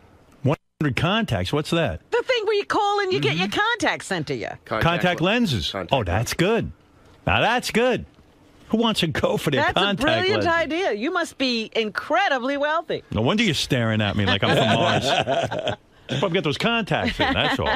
Well, this is Craig and John, and you donated money, and you also got the right to sit at the Knick game with Fafa Fui last night and Fred Norris. Wow. Yeah. Is that correct? And the Knicks made it into the playoffs. I know, that's a miracle. For the first time in years. That's a miracle. I'm so happy. Since 2004. What was it like sitting with Fafa Fui and Fred? Did they talk to you? Absolutely. They did. Fantastic. You had a good time. Fred talks. Well, Fred's weird. Sometimes he doesn't talk, and then when he starts talking, he won't shut up. So you sat there, you talked to them, and you had a good time. Yeah. Okay, you guys are great interviewers. Sorry. I think they were enjoying themselves last night at the game. Yeah, are you guys nervous or something? I'm a little nervous. You're a little nervous, okay. Because I never seen anybody with just a blank stare like you. I mean, seriously. Is Fred implying that they might be hungover? I saw one of the gentlemen, who shall remain nameless, but was imbibing quite freely with the beer. Who was imbibing? Mr. 100 Contact. But he can do that. He's the CEO of the company. After spending the night with Fred and Gary, Baba Buhai, if you could only be with one of them, who would you be with? Who is your favorite? And I'll go to Craig first. I go with Fred. Fred? Yeah. Why is that? Because he didn't say much. There you go. Maybe Fred couldn't talk. Gary talks a lot. Is that what you're saying? Yeah, Gary talks a lot. he doesn't get it. He doesn't. He's like a woman, right? Yeah, I was lucky because I was on the end, so he took the brunt of the talking. And is it mostly like nonsense talk? Like it was, just chatter. Yeah, he knows about everything, right? He's yeah. Oh, this reminds me of the time. Did you know the Knicks did this? Yeah, my boy Lucas plays basketball too. It's always a constant dialogue, right? Yeah.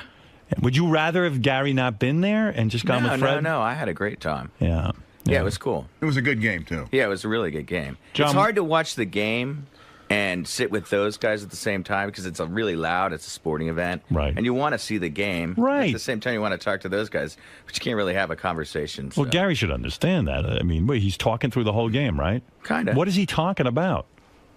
Guy talk. Guy talk. Basketball. You know, I know you guys probably saw my pitch at Shea Stadium, but you know, I gotta tell you, I do know a lot about sports. Did you read my book? Absolutely. You did? Do you know my father's name was Sally Fu? That was his nickname? Sally Fu could have been a gangster, but he took the straight and narrow path. John, did you agree that Gary would be the guy you wouldn't want to be, like you'd rather be with Fred? No, they were both great. They were both equally great? Yes. All right, well, very nice. He's a diplomat. When you got to the part of my book with the lists, did you enjoy it? Oh, absolutely. You did? Howard made fun of me. But I know it set a tone for the book. I understand that you're from Utah. Now, which disc would you take back to Utah with you? Wait, if it only was anything like that. They said you didn't shut up. No, he said I didn't shut up, and I hardly talked to him the whole game. He was 2 seats away. Nobody could hear anything. He says you didn't shut up. No, John was sitting What, next he's lying? Yeah. Not lying. He doesn't say a fucking word. Like talking to a fucking Mount Rushmore over Because there. the guy wants to watch the game. He's a man. I was talking to John, right? Yes. He was talking to John sitting next to me, and he had a lot of questions about the show, which I graciously answered. Right. We hardly got to talk, except when John got up to go to the bathroom. He said you didn't shut up. I'm going with him. You should go with him. You'll be bored to tears. Craig and John. All right. Well, enjoy the show. And Anthony, what can I do for you? Listen, man, I got a new question for Robin. Dude. And possibly George. Want to know when's the last time they got their asshole licked? George, when's the last time you had your asshole licked? Sunday. Oh. Well, That's a George good has one. had it sooner than me. When's the last time you had that, Robin? I can't remember. Can't even remember. Was it really long ago? Asshole licking? Yeah. That doesn't happen all the time. You know what? I'm not much into that, but when Brad obviously It licks, happens. when Brad does that to you, do you feel obligated to lick his asshole? No, not necessarily. It's not quid pro quo. I mean, it's spontaneous. You know, it's happening while we're wrestling. Oh, he's licking and wrestling and How does he win the wrestling match? If I know you guys like to wrestle, but how does he win the wrestling match if you're busy licking his asshole? Or he's busy licking your asshole. We don't stay at it. You know, it just happens while if. So his face ends up in your ass, you know, and then he starts licking your asshole. It's just in passing. Right. It's a little sign of affection. When you do that, though, that's a heavy taste. I mean, that's a thick. No, we're clean. Yeah, but I don't care how much you they clean. shower first. Yes. You remember. When he licks it, though, does he get in there and get the sphincter, or No. No. What? Just, you know. What? Just the swipe? Yes. Swipe. Swipe. I could use a swipe myself. You guys had a good time in there today? Yeah, it was fine.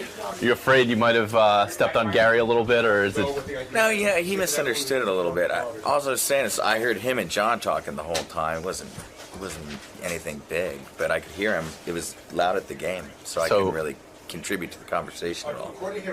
But you don't feel slighted or that Gary was talking John's ear off and not yours? No, not at all. It was John's gig. He sat next to Gary. I was on the other end. So you expected to be sort of on the periphery of it all. I was on the peripheral, you know. Exactly. Yeah, so. Now, did you guys envision talking with Howard on the air today, or were you expecting a more laid-back sit-in? Well, typically when people come in for charity things, he talks to them a little bit, so I expected it. You knew what to anticipate for this? Yes. Worth the auction, though? Worth everything, every penny and all that? Yeah, no, it was fantastic. It was a great experience. Yeah, it's fun. We've been listening for so long that it's fantastic to meet everybody and see what happens up here. I was going to ask you, how does it measure up to what you listen to actually see it in front of you for your own eyes? Well, you just get a little better feel for how the show is run. It was a great experience. Pretty surreal. And all the Sibian things here. Yeah, I mean, you're right here by all the attachments. That's pretty cool. You can see some of the greatest rides that have happened. The OJ mask, Beetlejuice. It's all of the staples. It's great to see it finally. Cool. Well, thanks for stopping by, guys. Thank you. Now I guess it's time to face Gary in the wrap-up show. Oh, yeah. It's just a misunderstanding, right? As most things are around here. You feel punched in the face by the way these guys are? I think everybody, when they get in there, they want to be a jokester. I think he's just saying whatever he could say to get a rise out of Howard. He wasn't sitting next to me, and it was very loud, so it was difficult to speak at all. So I mostly spoke to John, and Fred hardly spoke to either one of them because that guy, Craig, was so far, he was 4 seats away. And, it's a weird thing when you go to something like this because it's a balance. Like, I could have not spoken to them at all, and they could have come in this morning and go, we paid $27,000 and Gary fucking ignored us. So I felt a little bit of an obligation to chat a little bit because they paid money to hang out with us. Plus, they're asking you questions about the show. Well, John was asking me a lot of questions about the show. That guy Craig, he didn't really seem to know as much about the show. He's more of I think he came as a friend, so I don't think he's as big a fan. But at the same time, you want to watch the game. You want to let them watch the game. So it's you're saying. I don't think listen. There's a lot of downtimes, a lot of timeouts. I don't think I was interrupting during the game, and like I said, I didn't talk to him much at all because I didn't really have a clear shot at him. So when John got up to go to the bathroom twice. Again, I talked to him because it was weird. I felt like if I talked to Fred, like I was turning my back on the guy who paid money to be there. Listen, he could have come in, no matter what I did last night, he could have come in with an angle on it. You feel they feel the need to shtick it up in front of Howard. You know what? I got great seats to sit at that game. I had a good time with Fred. I had a good time with the guys, and that's it.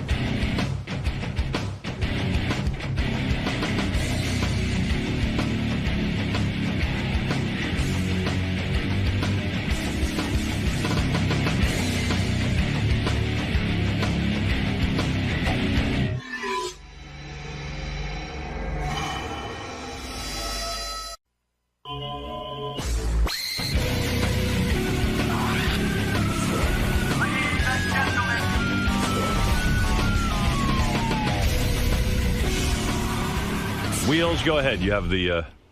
I got to get to a commercial break. Kim Cattrall's going to stop by. I'll tell you how that happened. Oh, really? Yeah, she emailed me, said I have to get on right away. She's in some sort of movie that needs immediate fan attention. She said, stop everything. Yeah. Let me on. We said, well, we'll have you in next week because she's Kim Cattrall, Sex and the City. Want to hear? Said we'll spend some time with you. We don't have time. No. She said, I got to get the fuck on your show because I need people to see this movie.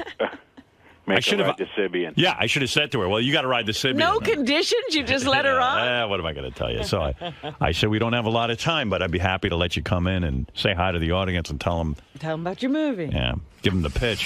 Hey, what's up, Kim? Hey, it's early morning this morning. I know, this is a rough schedule here. I'm so excited. Welcome. This is your first time. Yeah, first time for everything, yes. Oh, a little donut. Yes, this is Cupcake Wednesday. Oh, God. Dangerous. You Very picked a good dangerous. day to come in. I did? Oh, Yes, always a good day. Just this way. The bunny room. So Howard was saying earlier you have a new movie out. I do. It's called Meet Monica Valor, and this is our director behind you. This is Keith Bearden. Nobody wants to see me on camera. There's the star of the show. He's behind the camera. This is a movie we did 3 years ago and made for absolutely nothing. And it was released, got great reviews in the New York Times. It was just about to start, breaking out as far as finding an audience, and they pulled the movie. So I didn't think that was right. I didn't feel that it had really had its due. So Keith and I decided that we were going to do a campaign to make this movie, bring it to an audience. So we begged. We got one theater, the Beekman Theater. It's going to be showing this weekend from the 29th to the 5th, and we hope everybody will come out and see it. It's a sweet, lovely movie. If you like movies like Harold and Maude or Little Miss Sunshine, you'll really like this movie. We didn't have any kind of budget to get it out there, so we're the movie. And it's right now the Tribeca Film Festival here in New York, where it was discovered last year, so it feels cyclical, so we're here to get the word out. Meet Monica Valor. Well, this is a good place, Howard. Obviously. Phew. Every cab I get into, anybody who serves me at a restaurant, it's just sort of we're like this 2-band team. We're spreading the word. So we're just so thrilled that Howard has us on this morning to talk about it. Now, you've met Howard in your personal life, but you've Yes, obviously never I done have. the show before. No, I'm really excited. I really am. I mean, he tells me that he's been a fan of my work since I started as an actress. So I'm excited to be in the room with him and Rob, and I'm a big Sirius radio fan. I live out, at the beach, not close to where Howard is. He's on the Ritzy area, but I run into a lot of parties where I see Howard. He never stays very long. He's out the door. Hello, goodbye.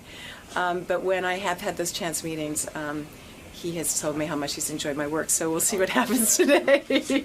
Should be a good time this morning. It'll be a good time, yes. I've had a very long, varied career, so I'm sure he has a lot to ask me. Cool. Well, good luck today and have fun with Thank you. Howard. I'm thrilled to be here. Kim Cattrall contacted me that she needed to get the word Do you out. know her? I do know Kim. I've met her a couple of times. Oh, so that's how she contacted you. Yeah, she's extremely attracted to me, Is that right? as most women are. Kim, come in and tell us. Good morning. Tell us about how attracted you are to me. And Yes, before you sit down. Yes. you look good, baby. Thank you. I thought for sure that I was going to sit in the tickle chair this morning. Hey, you're going to get on the Sibian. We can pull it out for you. I bet You you look can. sexy today. Thank you. What's going on with you? Well, I'm doing pretty good. I have a cause. Yeah, I know. We're going to get to your movie, but I'm just looking at you. Maybe the sex comes from the inside. She's always sexy. Oh, God love you. God love you. Those your real breasts? Yeah, absolutely. They are. Absolutely. You've never had implants. Never desired to. Are you never. a C or a D? No, I'm neither. You're a B. Shocking. Yes, I am. Because B for beautiful. I'm looking at you now, and proud. You know what's funny about you, Kim? I'm looking at you. You're a sex symbol, obviously. Thank but you, I'm Howard. looking at your chest, and I'm a man who knows something about bosoms. You appear to be a C or a D. No, and no, yet you Howard. fool the world. Recently my mother came to visit me, who's in her 80s. Right. And I have a little jacuzzi in Of course you do. Yes, just a little one. Right. And I said, Mom, get in. And she said, No, I'm embarrassed. I said, No, go ahead. It's just you and me.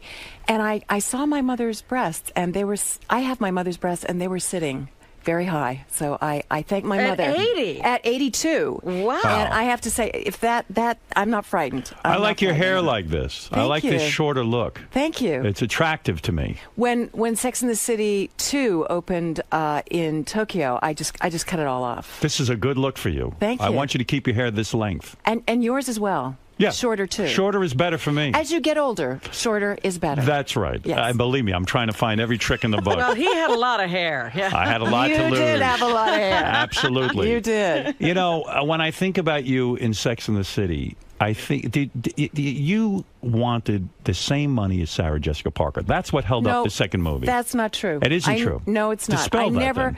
I never asked for what Sarah got because Sarah was a producer. I felt that what they were offering the three of us, without a script, without a start date, was not fair after us being in that show and being such an integral part, not just playing the parts, but we inspired so many of the storylines. You played the parts well. The show was a huge hit, and you said, listen, if I'm ever going to make the big money, it's going to be in this movie. This is it. Exactly. We didn't have what other actresses on regular television, we didn't have sponsors. Mm-hmm. Right. So, there was no way we were ever going to make per episode what Jennifer Aniston, millions of dollars. Never. I've ever. always heard that HBO is infamously cheap in the sense that they will get, first of all, when they signed you guys up, no one knew it would be a hit.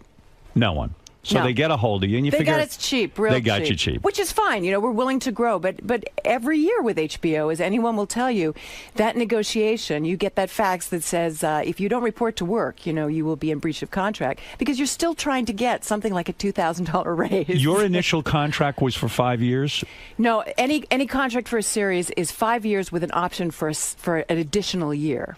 And we I did the see. 6 years. I see. And so after you do the additional year, and maybe you go to them and say, okay, I want to renegotiate, or I want to... Well, you go every year to renegotiate. That's just what you do on a series, because they have a cap on everything. But then the series, like Sex and the City, explodes. Everybody's making a lot of money, and you think, well, I'd like to make some money too. Can you go to someone like Sarah Jessica Parker and say, listen, we're sisters in this. We all contribute. This is why the show is successful.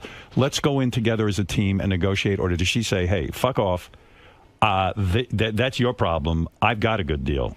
That never happened. What happened was I really was the one who spoke up and said, and I think it's because I've been in the business 10 years longer than the other girls. I'm 10 years older.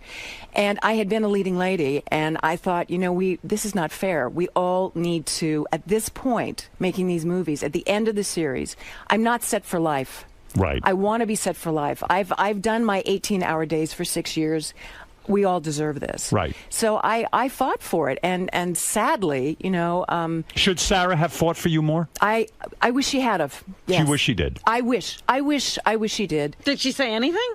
No, it was never discussed. Oh. But that's part of some people's working thing. I respect that. They do their own deals. Mm-hmm. But no, it was. But it was an ensemble piece, and clearly your character was very, very important to that show. Well, and to the films.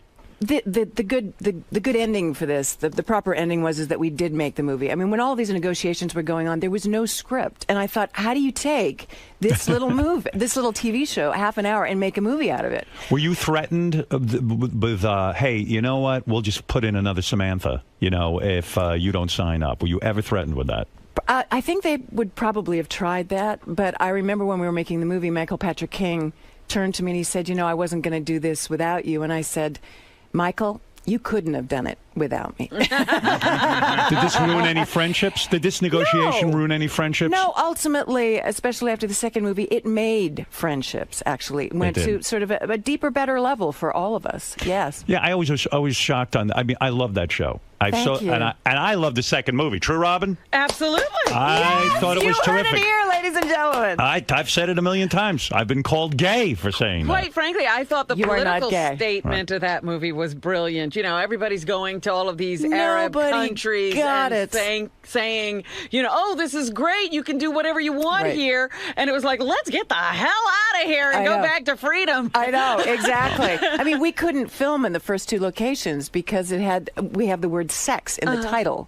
Do you think you got that role because in real life you are this wild sexual person or something? No, I had done a film called Live Nude Girls, and I think from a very early age, films like Porky's and Police Academy and Mannequin, for me as an actress, where I really live is in the theater, but you can't make a living in the theater. No. So, I mean, if you look at my resume, it's like two different actresses. One is like this theater career, which is very classical, and the other one is like these crazy movies that I was doing, but I was really paying my rent. Right. I didn't come from, I'm a blue-collar girl, I didn't want to go back to waitressing and slinging hash. I wanted to continue, even, in a movie that I felt, well, it's not exactly what I want to do, but it's going to pay my rent for the next 6 months. Sure, no, which it's a Porky's business. did. Right. Absolutely. Porky's. What did you mean in your email to me? You wrote me an email and said, you're going to tell me something about the Porky's that I never knew. Well, that was it, actually. It came to me, Bob Clark took me to lunch, and I had done tribute with him with Jack Lemmon, which was nominated for Academy Awards. And then he said, I have this little movie which is going to change, how people perceive you. And I went, yeah, right. And how is that? And then he sent it to me, and all my agents said, you can't do this movie. And I said, yeah, I can't do this movie, but I also can't pay my rent. Right. And I thought, this movie will do well, and it'll probably do drive-ins.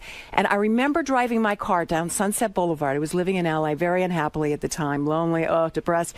And I came across this huge mother-friggin' poster of Porky's, and the first name was my name. I was like, And were you upset about that? Because you probably thought Porky's was probably a bullshit movie. Nobody knew what it was. In some ways, it was way before its time. It was a fantastic movie, and yet probably at the time you said, I'm a serious actress. I shouldn't be doing something called Porky's. But, you probably thought it was the end of your career, Porky's. People thought it was the end of my career. Yes. Right. They did. Meanwhile, it's one of the things that you are known for and praised for. Yes. And you were part of groundbreaking movies. But at the time, they thought it was a piece of bunk. I mean, they went on and on how this isn't, compared with other films that were out at the time, like Animal House. They were saying, this is a frat boy movie. This is stupid. Was it hard for you to get work after Porky's? Was it like, oh, she's in that shitty Porky's? It was easy to get work like Porky's, like Police Academy, because you're associated with a hit. So then you go on this trail, and this other trail that you were on with movies like Tribute and Ticket to Heaven, where you're nominated for awards and you're going that direction.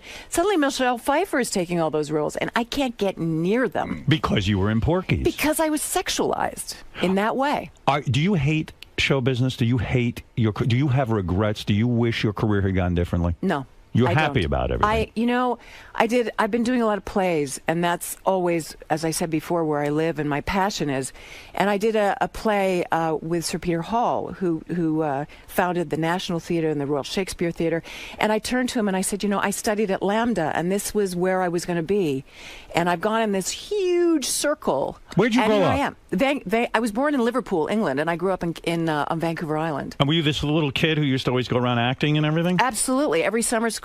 And then in 1968, we went back to Liverpool because my grandmother was very ill. Right. And I met a great aunt who was an elocution teacher. And that's when I started studying acting when I was 11. And I became sort of a protege. And I started to you were work. hot, which helps, because if you don't not have at the 11, looks... I wasn't. I was a chubby little girl. But when did you start to blossom? Well, I feel right now, actually, is when I'm really come on. blossoming. When did you start to become the hot chick? Well, it was actually after Porky's. After Porky's? Yeah. That's not true. No, well, for me, it was. In high school, you weren't hot? No, my sister was. And you were not hot? I remember in high school, Howard, I was like into the high jump. Yeah. And they used to put like these saw chips from the mill, because I grew up in Vancouver Island where there's a lot of sawmills and things. And they made this big mound that you could fall in when you cleared the bar. And they were clearing it, and they said, oh, this is Cherry Cottrell, which is my older sister, and they built a big mound. And I was behind this fence witnessing this, and they said, this is her sister Kim, and they flattened it. For you? For me. So you weren't the hot chick? But God, no. When you went out to Hollywood, didn't every guy try to bang you incessantly? No, I was very lonely in Los Angeles. Really? Yes. And to this day, it's difficult to get a date. Difficult to get a date, but listen, you've dated plenty. Don't paint yourself a wallflower. You were married 3 times, right? No, I've been married twice and once annulled. Once annulled. Yes. And the problem with these 3 marriages, to put it bluntly, is these guys didn't know how to fuck you. No, well, you know what happened? I worked too much. No. You were not satisfied sexually. No. I'm telling you, I worked too much. But why have you said, you have been quoted as saying that the sex was bad? No, I wrote a book, Howard, called Satisfaction, The Art of the Female Orgasm. I remember. It's a very good book.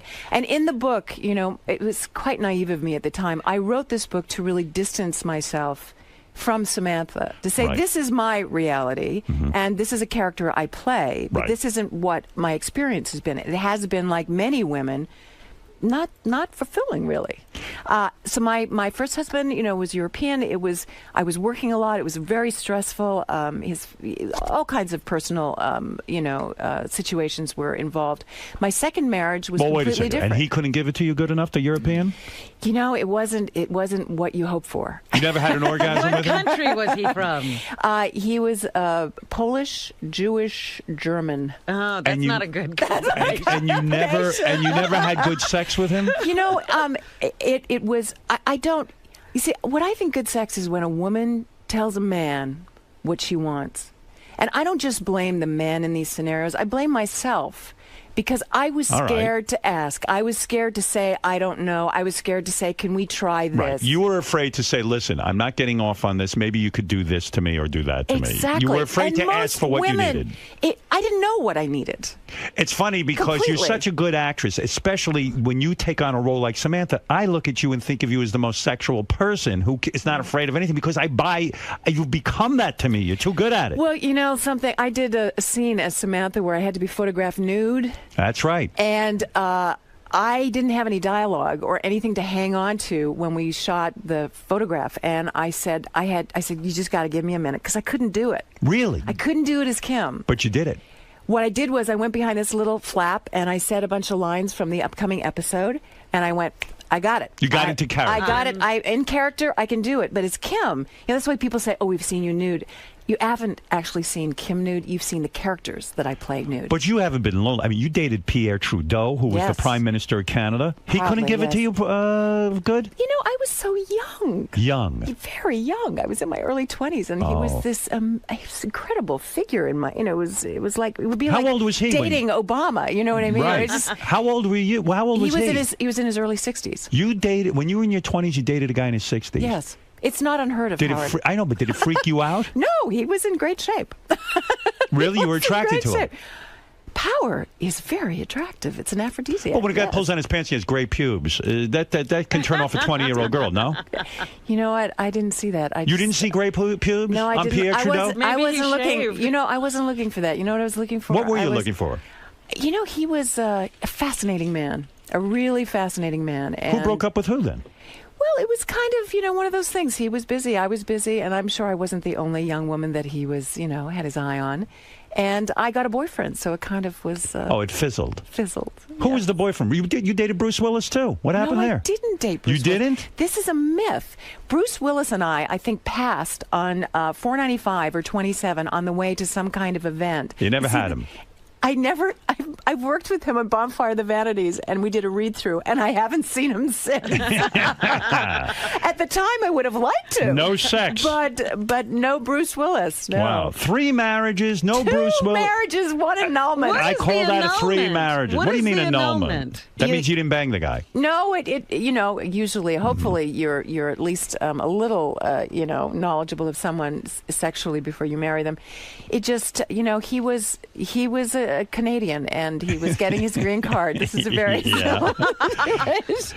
And I loved him in that moment, but always we knew that it wasn't going to go anywhere. And there was no sex? No, it was a relationship. I'm not saying that I didn't love him. Are you difficult to be in a relationship with?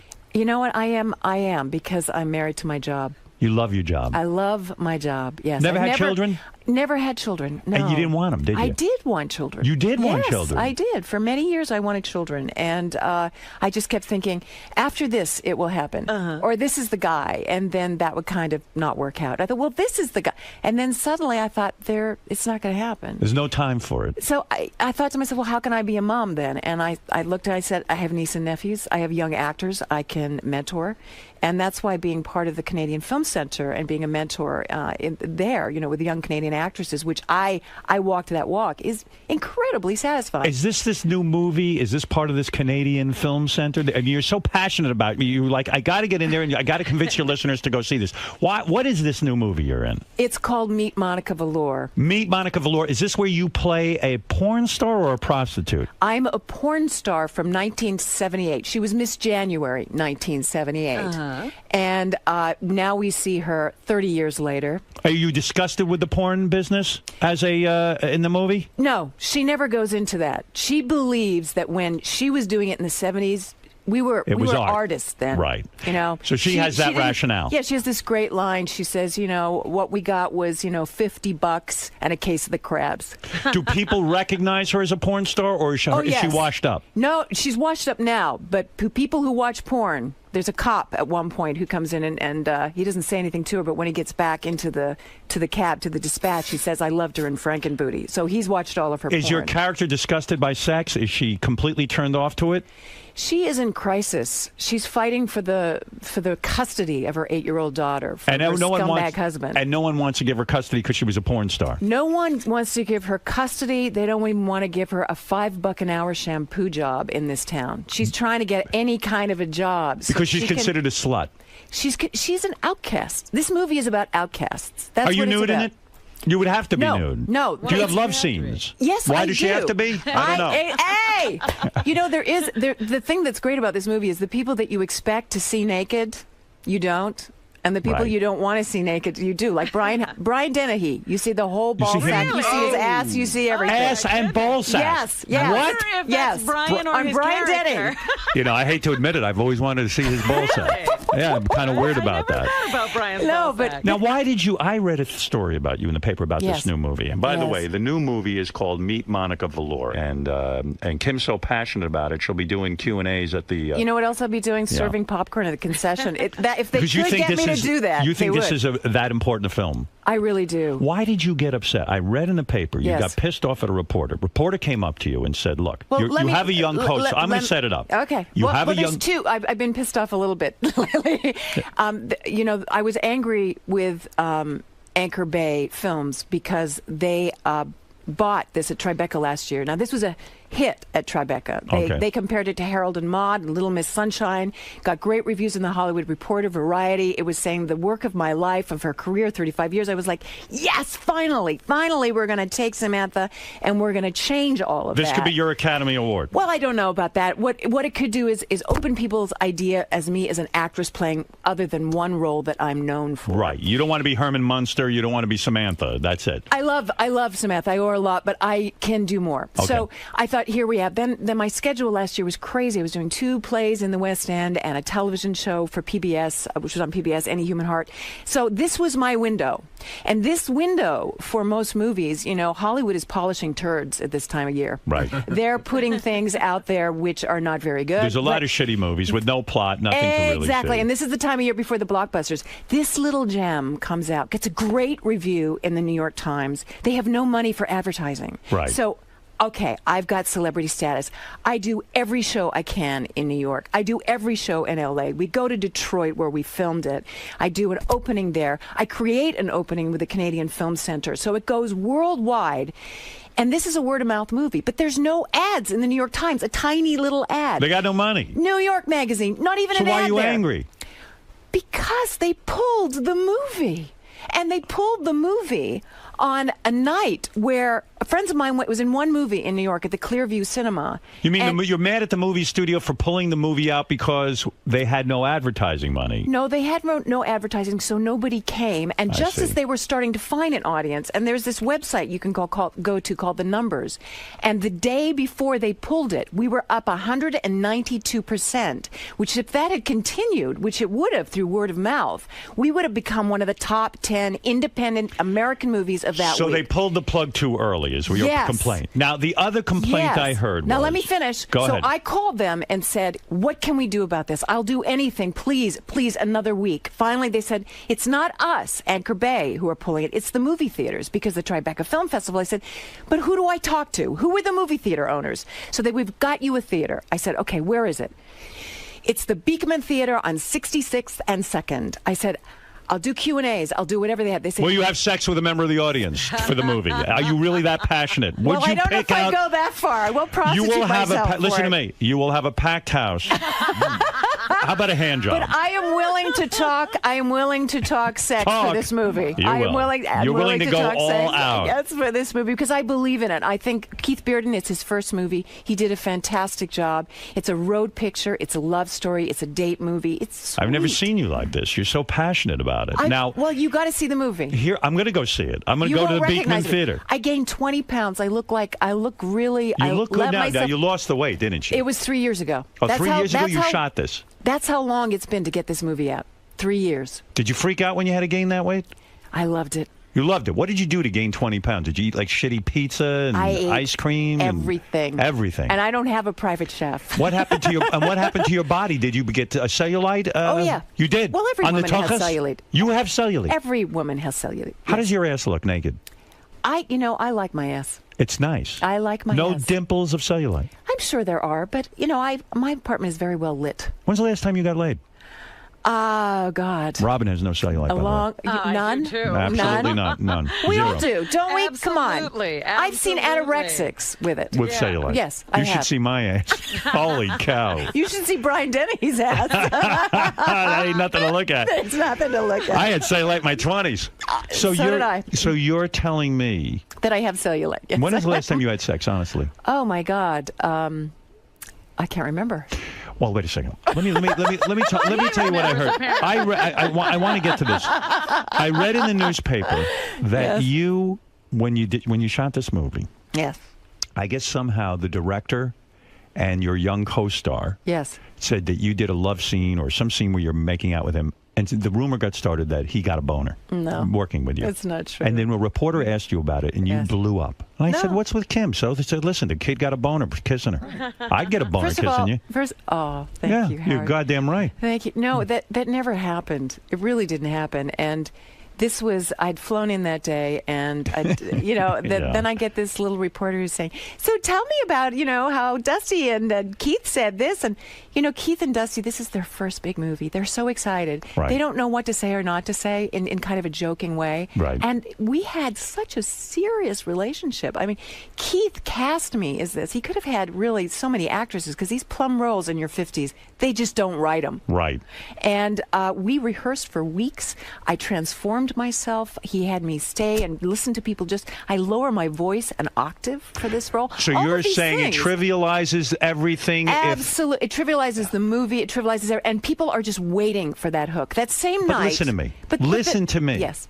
My dear. Yes, Howard. That's a good story to get out there, because to get people in the theater, if they know this kid is getting a boner during the love scene, so it's promotion.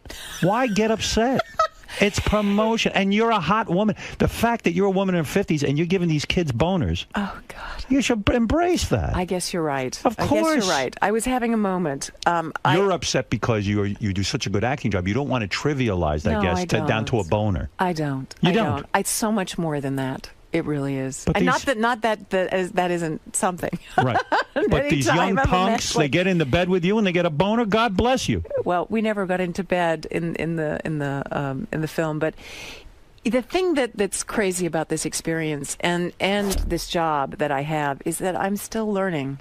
Are you denying that this kid got a boner?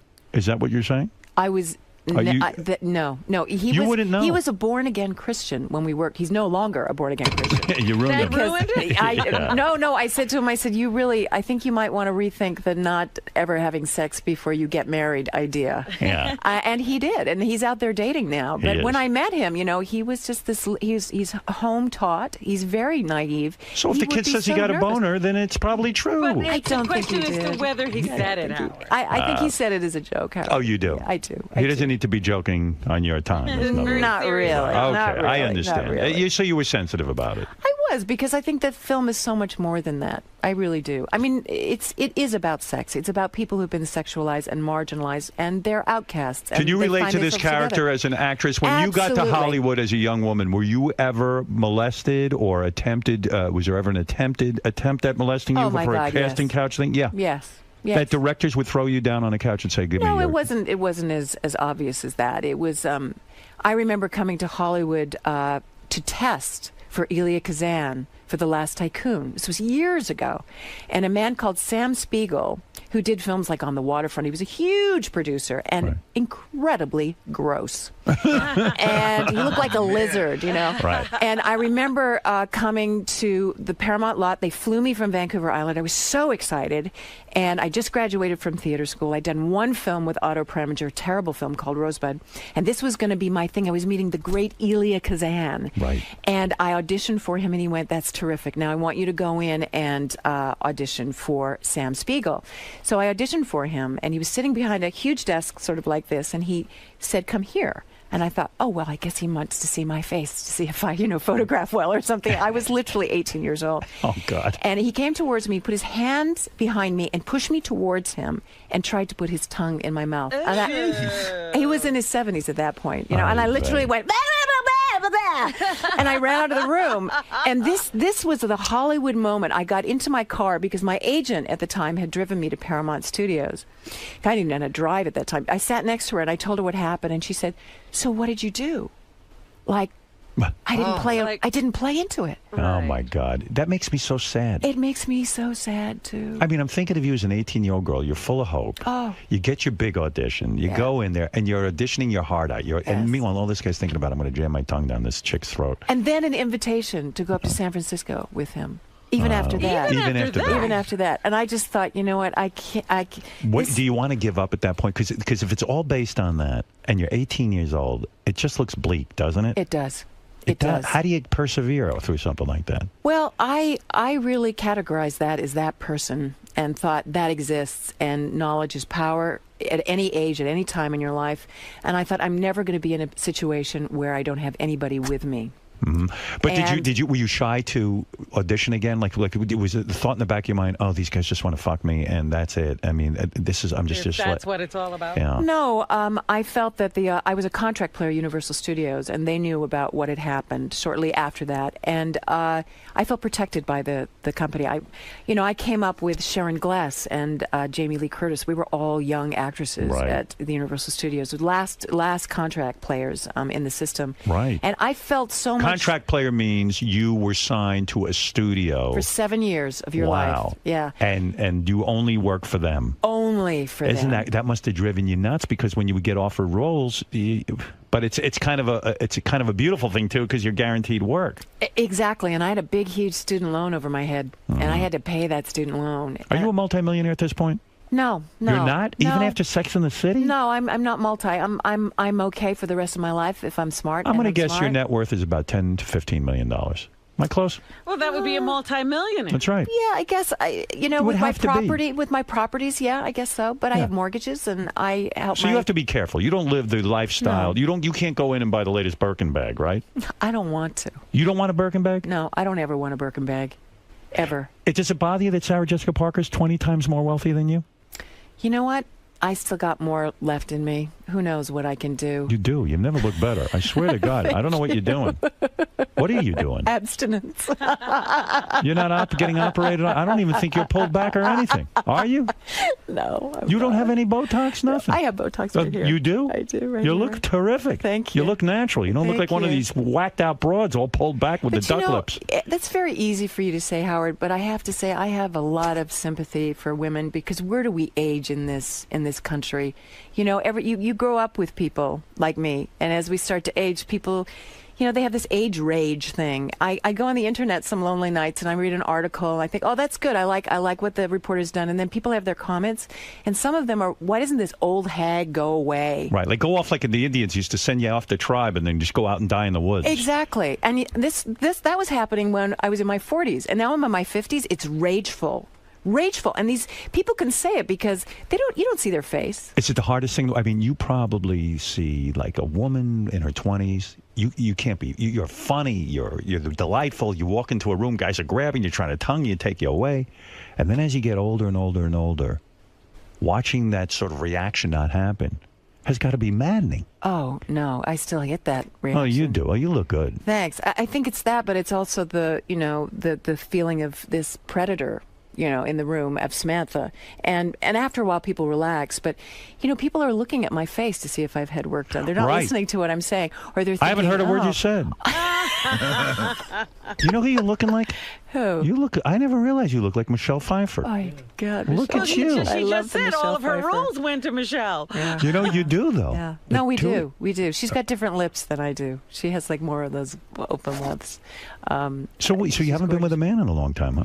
No, I've been single. I've been concentrating on my work. And when you say lonely nights, what do? You're on the computer all night? Sometimes I like to write. I like to read. That's what you're doing? I'm reading a great book right now by Michael Cunningham. What do you do to get the poison out? I take care of myself. Vibrator, huh? I take care of myself in many ways. Robin uses a rack of vibrators. Oh, here we go. Talk to her about it. All right, listen to me. Kim Cattrall is in a movie. I want to know what happened to that agent who was like, well, what was your reaction? Did you get rid of her? Eventually, yes. Yeah, yes. because that's no help. No. I mean, the actors out there, the agents work for you. You don't work for your agent. I mean, we're so scared to speak up because a lot of them, they won't take you on. There's so many people wanting to be part of this business, Look at this. Kim, here's the guy who tried to make out with you. Oh, no. That's his picture. Jesus. I mean, there's nothing grosser than that. Ashamed of himself. He was a frog in a tuxedo with one of those horrible tongues, like wrap around flies and things. If he'd been halfway decent looking, maybe put out a little, but for God's sakes. Never. Now, Kim is here because she wants you to see this movie.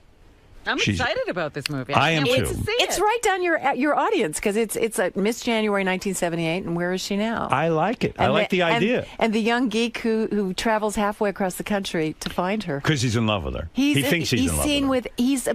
This is the personification of women. And the first scene that you see this character in, I do a strip. Okay, now we're talking.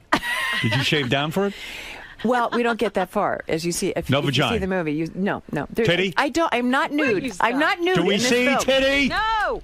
No, What do you mean? Don't answer for her. You don't know that. You know. But you see. Why don't I see titty? You see other things. You see other things. What do which, I see? Which are much more interesting than titty. What's more interesting than titty? Vagina, and I don't see that. No, what you see is Ass. from. I told you. You see Brian Dennehy's ass. No, what about you? Well, you see You strip see down. a big stomach. You know, I did a scene in this movie which I've wanted to do my whole life, which I'm standing in front of a mirror, Right. and I've got this. When I gain weight, it's in my hips and in my belly, and I have this scene which all women do. You're sitting there, you're nude, you're just out of the shower, and you grab your belly fat and you shake it. And you do that. I got to do that. And there's another scene where my legs are open. I'm wearing these horrific underwear. I'm drunk. I've got this old house coat on. I've got a wine goblet, and I take a Twinkies and I dip it in the wine, and I taste it, and I think, hey, that's not bad, and do it again. And you get to do those things. Does Sarah Jessica Parker see this movie? Did you invite her to this screening that's going to happen on? You know what? I haven't heard from any of the girls. It's so weird. I don't they know. don't like you, do they? No, I don't think it's that. Come on. Let's get real. Howard, I don't really- think the Sex and the City girls like you. Well, I think a lot of people in the press Yes. have a lot invested in that. What do you mean that? Yes, they do. They want to keep that feud going. But why wouldn't Yeah, it Sarah sells come and newspapers. support you? This is an important film to you. This is I've never seen you so fired up about a role. That's the a good movie's called question. Meet I don't Monica know. Velour. You'd have to ask her. Did you invite her? Well, invitations went out, and I said anybody and everybody who, is in New York at this time, maybe she wasn't in town. And she didn't even call and say, I can't make it. Nobody called me. She doesn't like you. I don't know what it is. Of course. I don't know what it is. Did you? She is not supporting you. And what about the other two nutnicks? They didn't call either. Where are they? Well, one of them, Charlotte, the sweet one. She lives in L.A. you know, Yeah. and I just And what haven't about heard the from anybody. other one who went lesbian? They have babies. They have lives. They're busy. Too busy for their friends. Too busy for the woman that made Sex in the City what it was. The woman that made them money. I'm not saying anything. Wow. What about the creator, Darren Star? He come to see the movie? No, not that I know of. No. What the hell is going on? I Boy, agree. show business is. They're all on to the next thing. I Do you guess. think it's you? No, I think it's just that people are busy, and now but we live. why don't they like you? I don't think it has to do with liking like me or you. not liking me. You know what it is? I think that movies come to people now. People don't go to movies. They're If very, Sarah very Jessica busy. Parker wrote you a note and said, I want you to come see my new movie, you would be there for her, wouldn't you? I was there for the Morgans movie. Yes, You were? Yeah. You Gladly, went. Gladly. And she wrote you and said, would you come? I would go. Yes, I support Sarah in everything she does. I think she's terrific. And, Sarah, this is not right what you're doing to this woman. Don't. All right, maybe you got your differences. She's not doing anything. She's not doing anything. She's busy. She's got her life. No, really. listen, she's not that busy. She got 20 nannies. Listen to me. You're a woman. You work together with her. Put aside the differences. Go out and support. maybe she'll come to the Beekman and she'll see it. We've got a week. This is the important week. You got 1 week to make this movie work. And if people come out and support the movie, People like Sarah Jessica Parker. You're terrible. You're terrible. I mean, come on. I'm not terrible. Let's be honest. Let's be real. You work together. Let's support each other as actresses, as women. You heard it here. So I've said the truth, haven't I? Well, I think it's important to support each other. Yes, I do. And they're not I there for do. you. You went to the Morgans, whatever the hell that is. It was a Sarah Jessica Parker movie. I didn't see it. Not too many people did. That's well, right. hopefully more people will see. Was The Morgans a bad Monica movie? Velour. It's a rom-com, and I like rom-coms, and I think Sarah, what she does is really great. So I did enjoy, and I like Hugh Look Grant. at you putting on a face that says, hey, I'm not going to say anything negative about her, but she won't show up for my movie. Poor you. alone with your computer and your vibrator, sitting in that apartment. You know something? Where's Smith Jarrett? Did he show up? No. Not even Smith Jarrett likes you. No, it's not about liking me. What are you They should support you. I should. support you. My audience will support you. That is why I'm here. Look, go see Kim Cattrall in Meet Monica Velour at the Beekman Theater in Manhattan this Friday through Thursday. Kim is going to do pretty much anything you want at this Q&A. Q&As. At the 7 p.m. screening Friday, Saturday, and Sunday. And go over to this Beekman if you live around this area. Come on. Give her a shot. It's a good movie about a porn star who's past her prime, and she's dealing with the town and the whole thing. Yeah, she's dealing with aging alone, fighting for the... Who are you hanging with these days? Pee Wee Herman? No. You don't even hear from him, do you? No, I don't even hear from him. I'm sorry for you. I don't think you have a friend in the business. I do. But you must be a monster. Michael Stipe is a good friend of mine. Oh, Michael Stipe. Yeah. And I think he's terrific. And him you like? I think he's amazing. Really a talented man. And he came to see the movie What's the he second doing? day. What he is just he had doing? an album out. REM had just got like an amazing album. Really? Where they made a film for each song. They got different filmmakers, Sophia Cal and James Franco. They each made a film for each song. He's still creative. He's still doing movies. I mean, he did Being John Malkovich. I mean, he's a real he's an artist. I'm looking you over. I can't see how you don't have a man. It's crazy. They're terrified. No, I'm not terrified. But you're married. Oh, that's right. No wonder I'm not terrified. See, this is the problem. The That's older the you problem. get, they're either incredibly damaged or they're married. Well, I'm both of those things. So I'm a double header. All right, listen to me. You've said it all. We get the point. We like this idea of you in this movie. Now you need us to go. Yes. And we'll be there. Believe me, we're not Sarah Jessica Parker or those other two. I love you. I don't even know the Howard names of Stern. the other two, honestly. I love you, I know Howard you Stern. and Sarah Jessica Parker. I don't know the other two. The other two are replaceable. You're not. Kristen Davis and Cynthia Nixon. Yeah, I'm surprised you know their names based on their support of you. Well, look, it doesn't seem to bother you, so it's not going to bother me. I have a lot of great people in my I life. wish you great things. I wish you know what I wish for you? Yes. A beautiful trip to Peru where they rub good and plenty all over you. I'm not kidding. And a beautiful ceremony. Thank you. I wish that for you. Thank you. See, Kim Cattrall, and I wish you happiness and success with this film. Yeah. Thank you. Thank you, Robin. Let me just say, see Kim Cattrall and Meet Monica Velour. That's the name of the movie, and it's going to be at the Beekman Theater. This is the make or break week for this movie. Let's go. It's in Manhattan this Friday through Thursday. This is it for... Listen, Kim needs you there. She's being honest. I do. Actresses don't often say that. But she's saying she needs you. It's worth your while. She's saying it might even be fun. Yes. It's actually a funny, sweet movie. You'll Yeah. enjoy it. That's right. And you'll see Brian Dennehy's ball sack. Yeah, can't wait. Yeah. Close your eyes for that. Thank you for stopping by How here. can I thank you? Oh, I'll think For of a you. way. Yes. I know what you can do. Believe me. You made your Stern Show debut today. Yes, I did. I'm no longer a virgin of the Howard Stern Show. What's it like making the transition from someone you know in your personal life to seeing them in their craft, seeing Howard behind his board? And You know, I feel that I know both of those Howards. I know the private Howard a little bit less, but he's always been incredibly generous to me and supportive of me, and today is just another indication of that in the guise of this persona, which is actually just a pussycat making fun. And it's, you know, he's a great actor in a way. He plays this role beautifully. And it's like playing tennis with him, you know. I feel like little McEnroe out there, you know. And so it was really a thrill. so you feel like he can walk that line between knowing you in Yes. your own way, but Yes, and you know, he's very instinctual. He picks up a vibe about someone. And that's what he follows. The truth, his truth. And you got to go with that. And, you know, I'm not a bullshitter. He knows that. And I think that there's a chemistry that can happen on his show, and I felt that today. That's what was so exciting about it. then. So now that you've crossed into his universe, can we expect you back for many more I appearances? sure hope so. I really do. I have a play opening on Broadway in November, Private Lives, and he'll come, so maybe we'll sit down and talk about sex in 1921, which is what that play is about. Maybe steer away from the vibrator talk this time. Yes, exactly. I don't think they had those electrical units then. Right. Yeah. All right, Kim. Thanks a lot. Thank Okay, you. Good luck.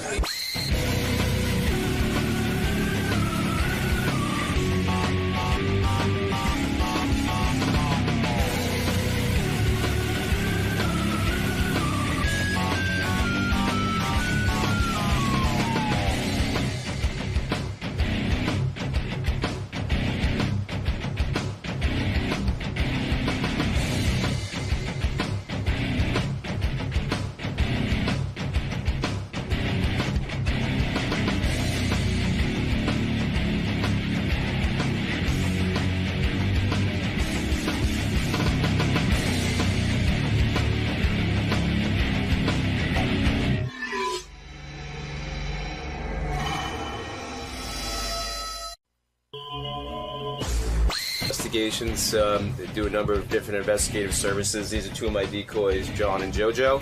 So we're going to talk about that. We're going to talk about my book, Happens All the Time. We're going to talk about my dealing with the Church of Scientology, and I'm going to teach people how to cheat and catch them. So you're going to get behind your operation. Tell Howard how it works, how you catch cheaters. Absolutely.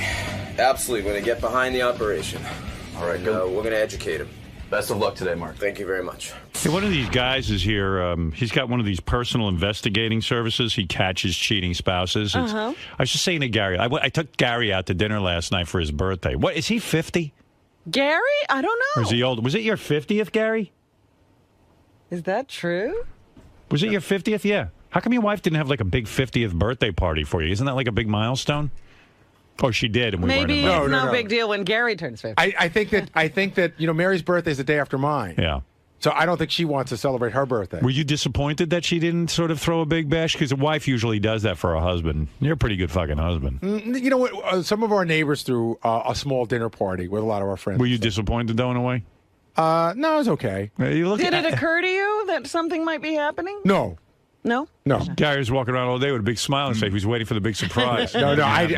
Opening every door, expecting somebody to jump out. I took Gary out to John George last night. Ooh, nice. What a great restaurant. Ladies Holy got shit. dressed up. Mary looking great. Beth looking great. They, they got dressed up. I put on my beautiful suit. Did you? Well, yeah. In the middle of the week. Yeah. Took Fafa Fui out. I put on my beautiful suit that Howard bought me 2 birthdays ago. Yeah, he's getting a lot of use out of that. I do. I got to get you another new one. That's a nice suit. Yeah, it's so we had a nice night.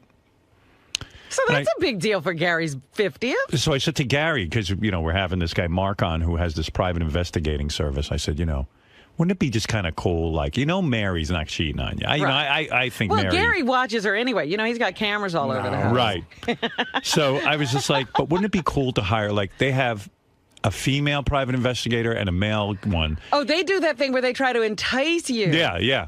And so, like if this good-looking guy, like, went up to Mary and just was kind of, like, flirting with her at the supermarket, like, would it be interesting to see if she flirted back a little bit? Just to see how far she goes. Yeah. Hey, let me bring in Mark. But what if it goes too far? So then you divorce her. You got to. He's got to trust. Like, what if she blows the guy? Exactly. What if she says, hey, there's a hotel down the block? All right, this is Mark Chapetta. I think I'm saying that right. There's Mark. Hello. On the end there. And the hot chick is... that's the investigator, because I was going to say, who are these two investigators? Hot chick is JoJo Ryder. JoJo is the girl you meet at the bar, and then when you take her up for the blowjob, she goes, guess what?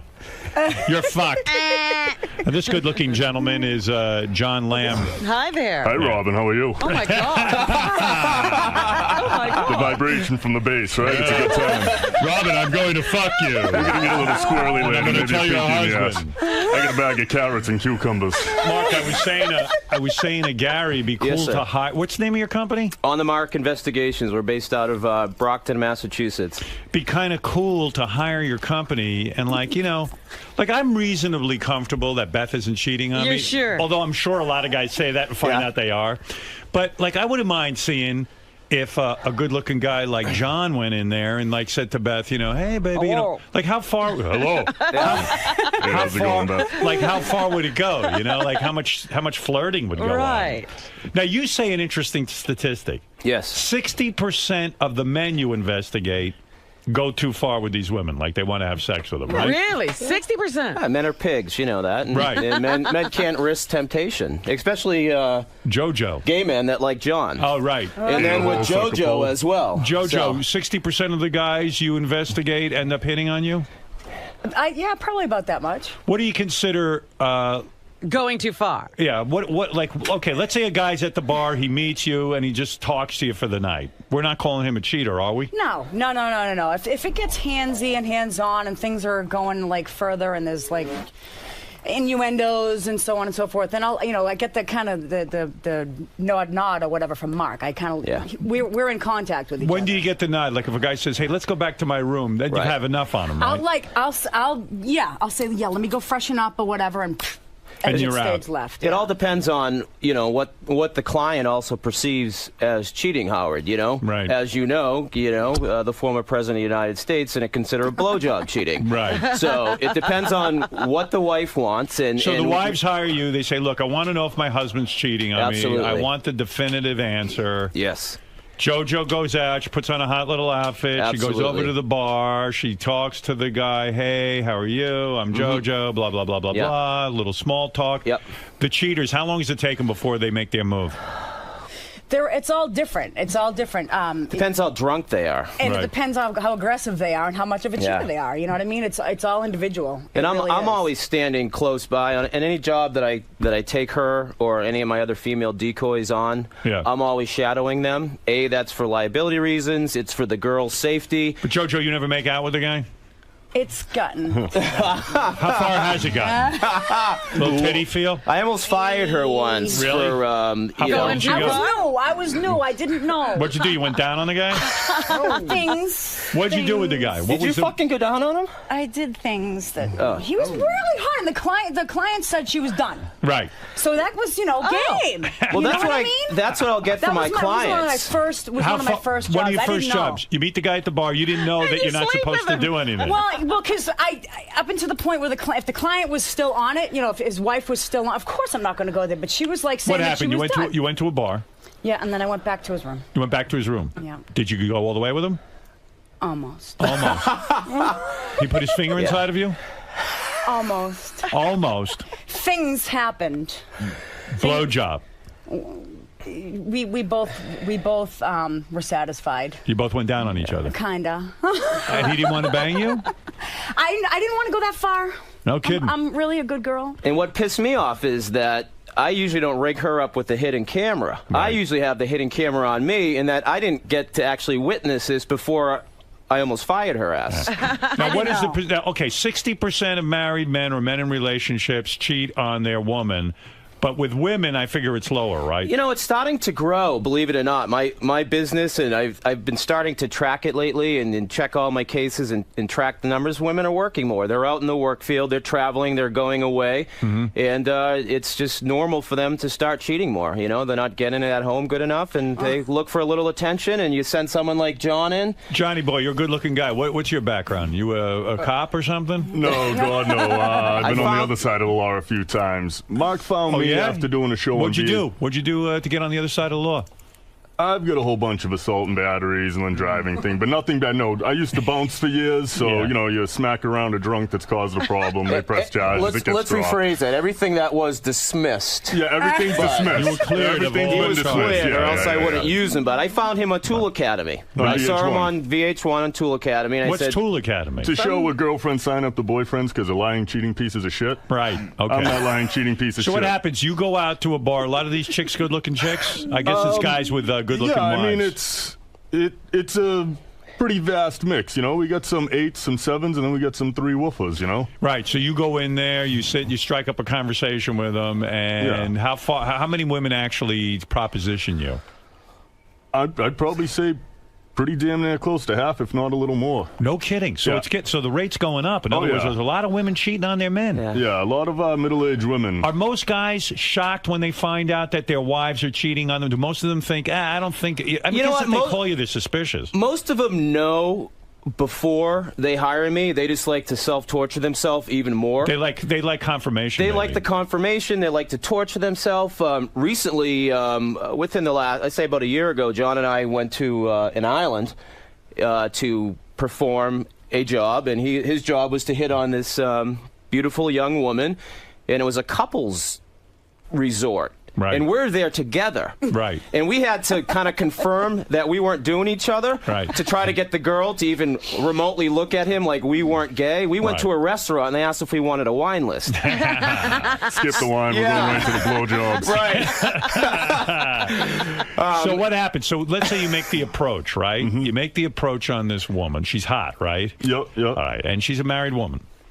And what do you do? Her partner's right there. How do you make the approach? Well, no. In certain situations, usually the partner's not there. Usually it's like a girls' night out or a trip away. Of course. I spend a brief amount of time just kind of getting to know them, see what their style is, see what they like. Some people like the big douchebag thing that I can put on. Other people like the slow, strong, silent type. And other people like a little scared little bitch. So I kind of do the impromptu eye contact, kind of wink and smile in a little. this particular situation that you're talking about with this good-looking chick, you walked up and you say what? What's the line that you say to them to sort of warm up? I imagine the women. I'm not gay. That's not my boyfriend over there. I'm not fucking him tonight. I plan on fucking No, but you're a good-looking guy and everything, so they're probably open to speaking to you. But at the same point, what do you say to introduce yourself? Well, this one certain situation, I don't know, stop me if I break any confidentiality, but there were kids involved, so, you talk to the kids, be friendly. Right. You're like, hey, kids. How's it going? Want to see my van? I got some lollipops. Daddy. I like you kids, and your mom's pretty fucking hot. I want to tongue punch your dirt star. That's right. So you go over and you start playing with the kids and stuff like that. Yeah, like walking by, the kids were in the way, so I kind of like made conversation. Like, I wish you had a pair of floaties like that. High five,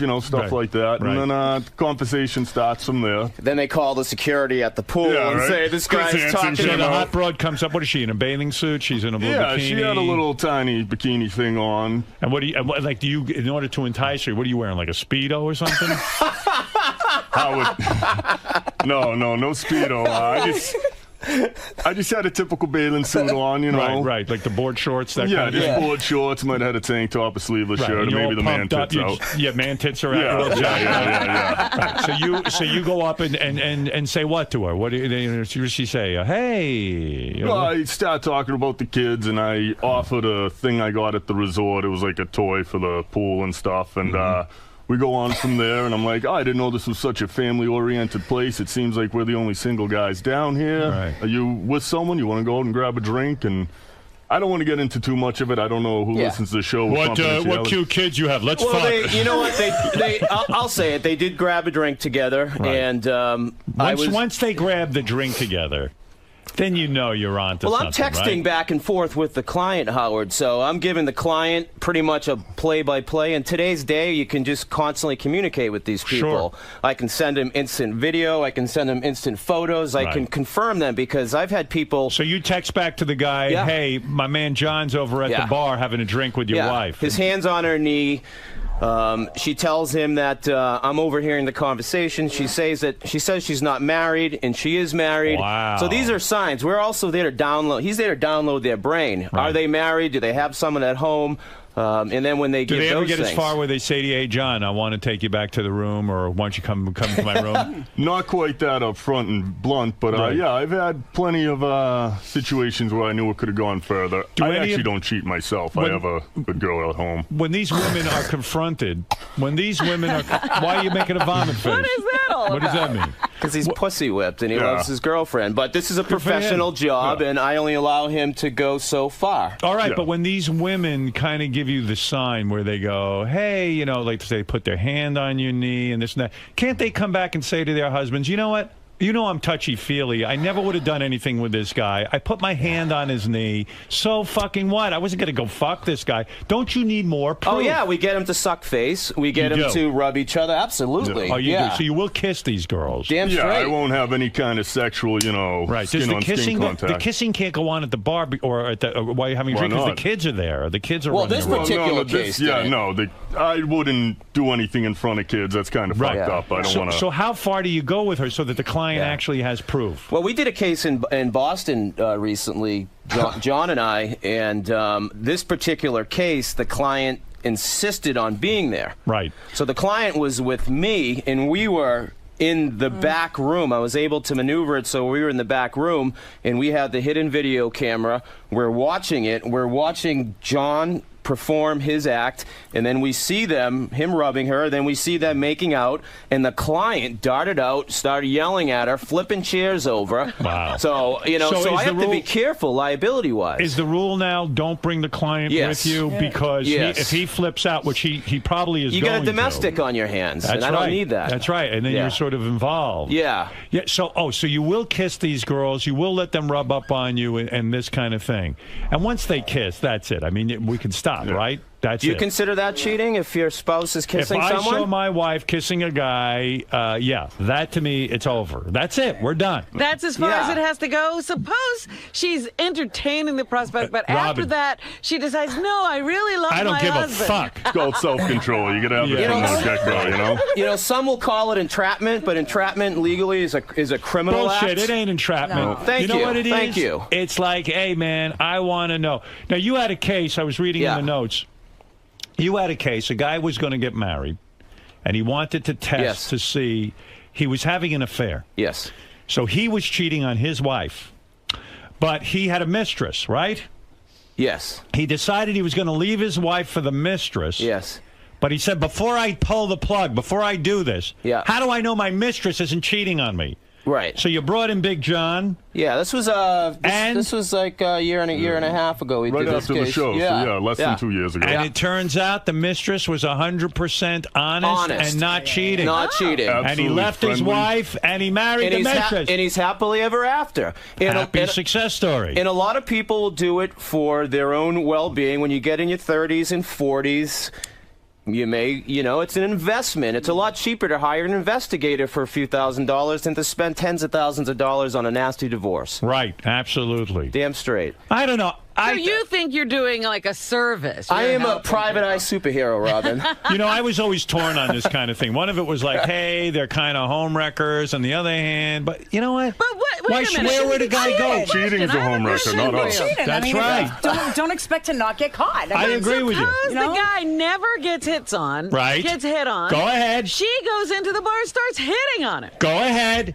And he falls for it because, whoa, this never happens to me. Well, then, hey, come on. Come on. Now, that's the one, entrapment. Well, because this guy wouldn't have done anything. She was a He doesn't just go in there. I mean, someone's got to be hired. There's got to be suspicion for this woman to be like, okay, you know what? I think my husband's cheating. He doesn't just go in there and go, I bet that guy's cheating. Let's set him up. No, he's hired. Yeah, but the woman could have suspicion. I don't do a psychological screening on my clients. If they call and if they say, I think my husband or she, or vice versa. Well, there is the one thing. There is the one thing you could take the attitude that, you know what? Let's say a lot of people do cheat on their spouse. Yes. Is it really our jobs to bust them and let them know? In other words, a lot of people survive cheating. In other words, you go out, you cheat once or twice, and you say, you know what? I did really the wrong thing. value my marriage, yeah. I value my marriage. I've made a mistake, and I'm never doing that again. And they're serious, and they don't. Mm-hmm. But if you go into the mix, he's getting a divorce. That is a problem. True. JoJo here has been cheated on, so she's kind of like got a vendetta when she goes out there. Like, it's almost like stripping. It's like you're looking at the guy giving you money saying F you, and she wants to nail the bastards because she's been cheated on. But at the same time, I try to keep that separate. I'm being hired. It's a job. You know what I mean? I'm not yeah, you are a shitbag. Hey, you know what? If you want to screw around all you want. But if you're hurting someone in the meantime, you shouldn't be doing it. You know what, JoJo? I know a guy cheated on his wife a couple of times. I happen to know this guy. He cheated a couple of times. He admitted it to me. And he said to me, you know what? It was the biggest mistake of my life. My wife and I have a great marriage now. It's been, and this is a true story.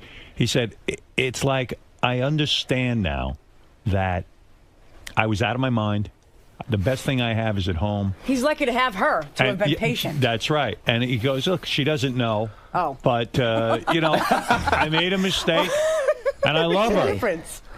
So you're saying that everyone should maybe cheat once to realize how good they have it at home? What if you guys bust a guy, and it turns out it was his once or twice time, and his marriage would have survived? Doesn't matter. Doesn't matter. Kill someone once or twice. But you know what? You know what, Howard? By the time they call my agency on the Mark Investigations in Brockton, Mass. All right, fair enough. They usually know. They usually hack into the computer. They usually find something. There's usually suspicion that leads up. Do people that you're hitting on ever realize what's going on? The guy goes, wait a second. I am an ugly mother. I am an ugly motherfucker. It's never. No one ever hits on It's me. never happened. And JoJo's a beautiful girl, but I have sent girls in that look like Jenna Jameson or whatever. Right. And they'll be like, something doesn't add up here. You know what I mean? Like, what's wrong with this picture? I'm short, fat, and dumpy, and why is a girl with large breasts? You're saying hitting on me? JoJo looks like a girl that, while she's beautiful, she looks like a girl that maybe would hit on a guy. She fits a certain type. She's my #1 girl. She's she's. Because I can go either way. I don't have the chest, but I mean, I can go either way. Well, she's got a great You ass. look very nice. John, what about you? You're an extremely handsome man. Do any of these ladies go, wait a second, this fucking guy is Again, Mark gives me a lot of details about the women. I know how to dress. I know the demeanor to have. And no, I mean, I'm not fucking... Who's that soccer player douche with the Spice Girl there? David Beckham. I'm not David Beckham, You shave your balls and your bush? Everything but my arms and legs. If you want to see my balloon, I'll get Richard Christie in here. I'll show it. I don't want to see it. I'll be honest. Do you ever have to kiss ugly chicks? I mean, real heinous-looking wives? Not real heinous, but I've had some, 6s. I prefer 8s are better, but I'll play a little taunty hockey with a 6 for a bonus. If they're real heinous, just like the Jenna Jameson type, I won't send John in because he's almost too good-looking. What's it cost me to find out if my wife is a cheat? It all depends. If you want to send us away, for 3 or 4 days and you got to do a lot of prep work, it could cost anywhere, up to, $10,000. Right. You're paying for his vacation, Goddamn and he right. gets to hit on your wife. Oh, Probably fucking my wife. Can I say this? Whatever. Nice wedding gift. Since you're giving all them compliments, I am also the fallback guy. So if they don't like him, then I will switch up and give it an opportunity. And my wife has allowed me to suck face and suck face only. You're the beefcake, huh? Yes. All right. Well, listen, this is a wild topic. Some people might think you're a cock-sucking fuck.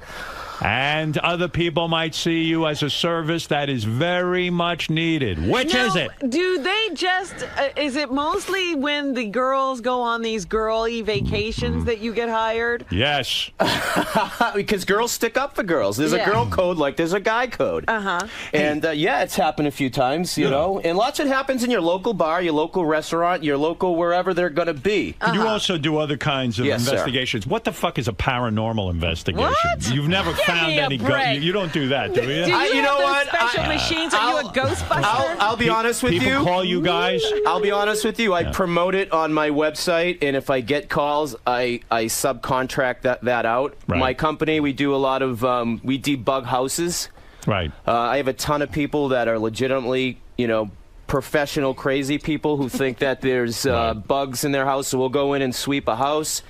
So you do a lot of different services. I do everything. You were hired by the Church of Scientology, right? I was. Why? There's a chapter in the book, and I met them about 10, 12 years ago, and they hired me just to do background work, to do investigative work on people. In other words, if I am a person who criticizes the Church of Scientology, they would hire someone like me to find everything that you could think of about you. Surveillance, pull trash. Why are they so paranoid? They have a successful operation. It's weird. Who are they looking for? Right. You know what? It's weird. A lot of them are ex-members, and I can't say anything bad about them because they've never handed me pamphlets. They've never tried to force me to go in that direction. I was an outside contractor. I said, hey, look, as long as the money's green, as long as it's ethical.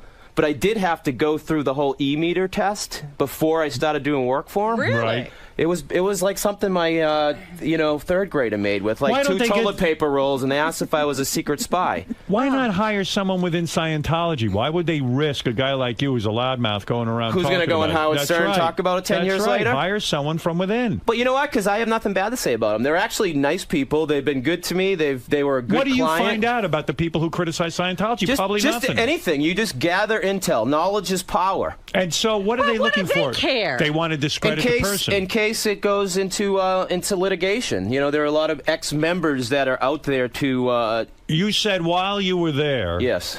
Tom Cruise walks through a secret passageway and then appears in rooms. Maybe he just walks through walls. Why is that? Why? What do you mean a secret passageway? I was out at...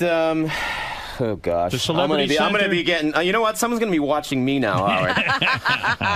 I was at the Celebrity Center in L.A. many years ago, and they said he came through his private secret entrance. I didn't see it. I didn't know if it was like a bat cave or anything. Right. And he came by, and he had a Yankees hat on. I had a Sox hat on. He said hi to me. He seemed genuine, and he was going to study. What is the secret entrance? So no one will see him? No one can behold him? I guess. Right. I have no clue. Right. He was going to study. Study what? He was continuing education. Do you think at this point he knows everything? Continuing it. I don't know him personally. I've never done work for him personally, but I was out there on a job. Now the Scientology Church doesn't use you anymore. Is that? I haven't done work for them in about 6-7 years. They're nice people. Do you think they weren't satisfied with your work? No, I think they've just suffered from recession, and I think what they do is they rotate a lot of different people. It's time to move on with someone else. I already did great work. I did great work. I was the best trash picker in the fucking U.S. Yes, and you would find out things. What kinds of things would you find out? What type of girls they like? What type of guys they like? You know what I would? Would you find that if they were, say, homosexuals, and then report that to the Church of Scientology? I would just gather the intel, Howard, What's the and intel? I would What give are we it looking back. for?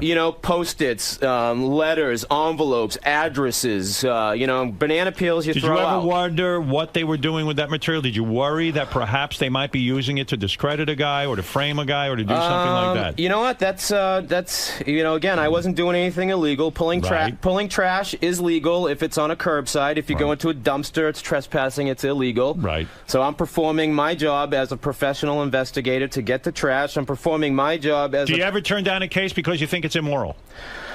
The only case I really turned down recently was a woman who thought that someone implanted a listening device in her brain, and she wanted to know if I could sweep her head. All right, she's obviously a schizophrenic. Yeah, I get a lot. But she said she worked for the state, which...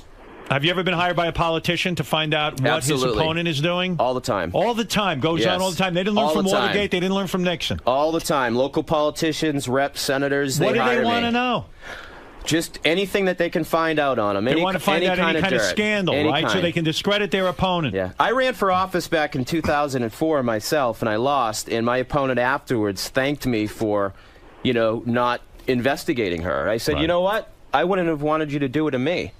Chico, you're on the air. You're on with Mark, Mark's Private Investigation Services, or go to purchase his book, Happens All the Time, Cheating in the Good Old USA. Go to onthemark.com, onthemark.com. On-the-mark. On-themark.com. Okay, Chico, you're on the air. Hey now. Hey now. This guy's a fucking douchebag. I'm gonna take the fucking bat right to his head. Hey, man. You get fucking paid to ruin people's lives. Mind your fucking business. Bring it on, man. I'll be your next fight. You'll be my next fight in the cage. What? I said, bring it on. You'll be my next fight in the cage. Good. I'd love to, tough guy. Be careful what you wish for. Tough guy. Tough guy's calling the radio shows there, Chico. What kind of name is that? Are you a dog, you fucking scumbag? What's the matter, dude? Dude, I will fucking rape your wife's asshole right in front of you and then choke out your golden retriever, you fucking scumbag lowlife. Get a fucking job. No wonder you have an anger issue. I'm telling you. These fucking douchebags calling the radio shows talking tough. What a fucking pussy. I pull up front, you fucking scumbag. You know what? I will say... Sucking a black cock, pussy? All right, I love sucking black cock, your mothers. I will say, Howard, that... It always comes down to black cock. Yeah. I'm your mother. I run my agency. Can I speak, Chico? I run my agency in a very professional way. I don't do anything illegal. You know what? If you ethically think it's a crime, that's not for me. I get hired for a service. I do it legal. I have legal people that work with me. I do legal work. I walk the fine line like a gumshoe. All right, Chico. It doesn't mean that you're not a douchebag for what you're doing. Mind your fucking business. If you cheat, you're a douchebag for what you're doing. There's no reason to put the bait out there and fucking ruin people's fucking lives. Did you get caught? Did you get caught? Chico got caught cheating, man. Yeah. Chico and the man? What's that? I said, was it Chico and the man? How come Chico's phone connection is so low? Because he's poor. You don't think he's paying his phone bill? Yeah, pretty much. Yeah, he's got one of those government-paid No, cell you see, phones. I work for my money. I don't ruin people's lives like you scumbags. Thank you, sir. All right, thank you, Chico. Thank you, Chico. Well, what about your extremely low voice, John? Does that ever freak women out? That's from all that black cock Chico said I sucked. It's high protein levels. I've had this voice since 7th grade. I haven't been able to date. I've had buddies' fathers in middle school that thought I was a drug dealer calling the house and I couldn't talk to them. Well, let me just say thank you guys for coming in. I I'm always appreciate it. fascinated I by this stuff. appreciate it. For more information on Mark's private investigation services or to purchase his book, Happens All the Time, Cheating in the Good Old USA, go to on-themark.com. All right, thanks, guys. Thank you very much for having us. It always gets people worked up, doesn't it? Thank you very much. It always does, man. Okay. Oh, well, thank you very much. All right. Can we take a photo surprise before no we career leave, in the Howard? Is that Hey, right? nice to meet you. Can we take a photo for Sure. Hi Yeah, there. all right. Thank you guys for coming. Oh, absolutely. Thank you for coming. John, You guys were can great. you go get your phone so we can take some absolutely. photos? Yeah, you look handsome, man. You look great. Thank you. Did my wife send you? For you first. Yeah. Did my wife send them? Yeah, right. Mark.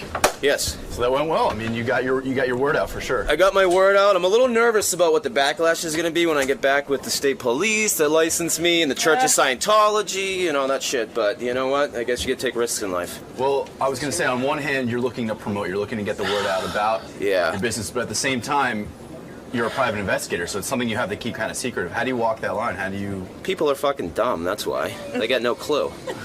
You know what I mean? I could talk to someone and 5 minutes later be watching them, and people are oblivious. So they're not Plus, I put fake mustaches on. They're not going to read I can't grow one, so I put a fake one on.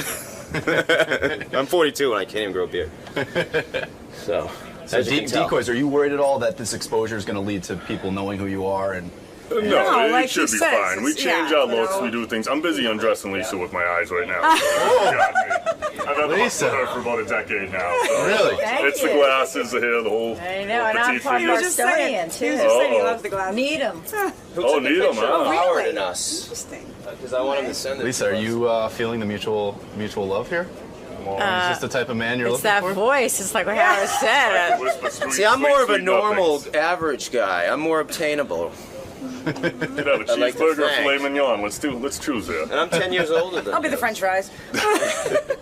So you guys can change up your look. You can adapt and, and make Yeah, yourself. we have a whole like he different says, ball. He gets down on his hands and knees, and he's a 5'6" And then guy. and then check this out. Now watch. This is hilarious. Oh wow. You know, shoes make a big difference. So there's all sorts of tricks involved to there keep is. yourselves anonymous exactly. and conspicuous. Cool. Well, thanks for stopping by today. Thank Good luck with you. everything. Great time. Thank you.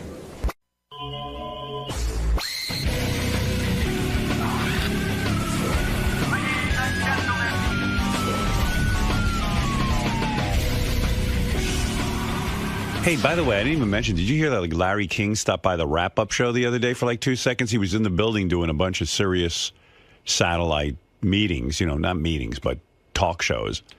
And he walked by the wrap-up show for 2 seconds. I didn't know that.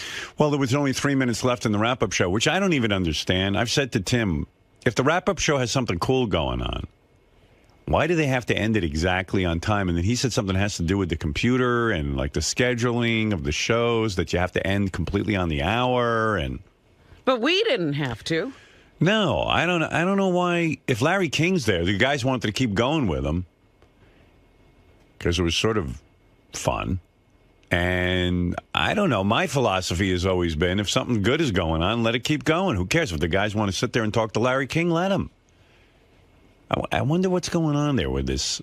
It's called a profit system in the computer, and all of our shows, after we do them live, have to go into the computer system because we replay them, and in the replays, they have to end on the hour. And I'm like, why? Who cares? I don't even care if a show ends on the hour. What? I mean, like Somebody our show. made up that rule, and Tim's sticking to it. I think Tim made up the rule, and Tim's sticking to it. Tim here or no, Gary? Like, why do you guys have to end exactly at 11 o'clock? Larry King's there. You're sitting there. You're having a good time. Go for a half hour. Go for an hour. I don't think Tim's in yet. I'm calling now. Yeah. It may be the only thing he can control. Yeah, he's got to let go of that. Have you ever been given an explanation? Or John? We have permission to go over now, what John just told me. Is that right? But it won't come up for another year. Like, I even said to somebody that day, can we keep going? And they sort of shook me off. Who's they? I might have asked like Jim or somebody. Oh. So now we got to wait for Larry King, like Haley's Comet, to show up again. The rule is if you're in there, we can go as long as we want to go. Yeah. If you come in. Okay. Other than that. Well, who made that rule? Tim. But why? What's the thinking behind it? My understanding is the show has to end because of the rest of the schedule and everything. But what is the has to run on schedule? time. They just rerun our show. Yeah, the replay starts at, I guess we're done by 11, so at 11 o'clock, the replay has to start, and then it affects the rest of the day. I don't know. Yeah, but let's say they replay our show, and you guys finish at 11:20, and they start the shows at 11:30. Who gives a fuck? I mean, no one's sitting there going, "Oh man, they didn't start at the top of the hour with the shows." We're going to miss the next show. Yeah, I mean, it is the same show. Yeah, I'm trying to understand the. I would love to know what his thought process is in that. That's Tim. You got to ask him.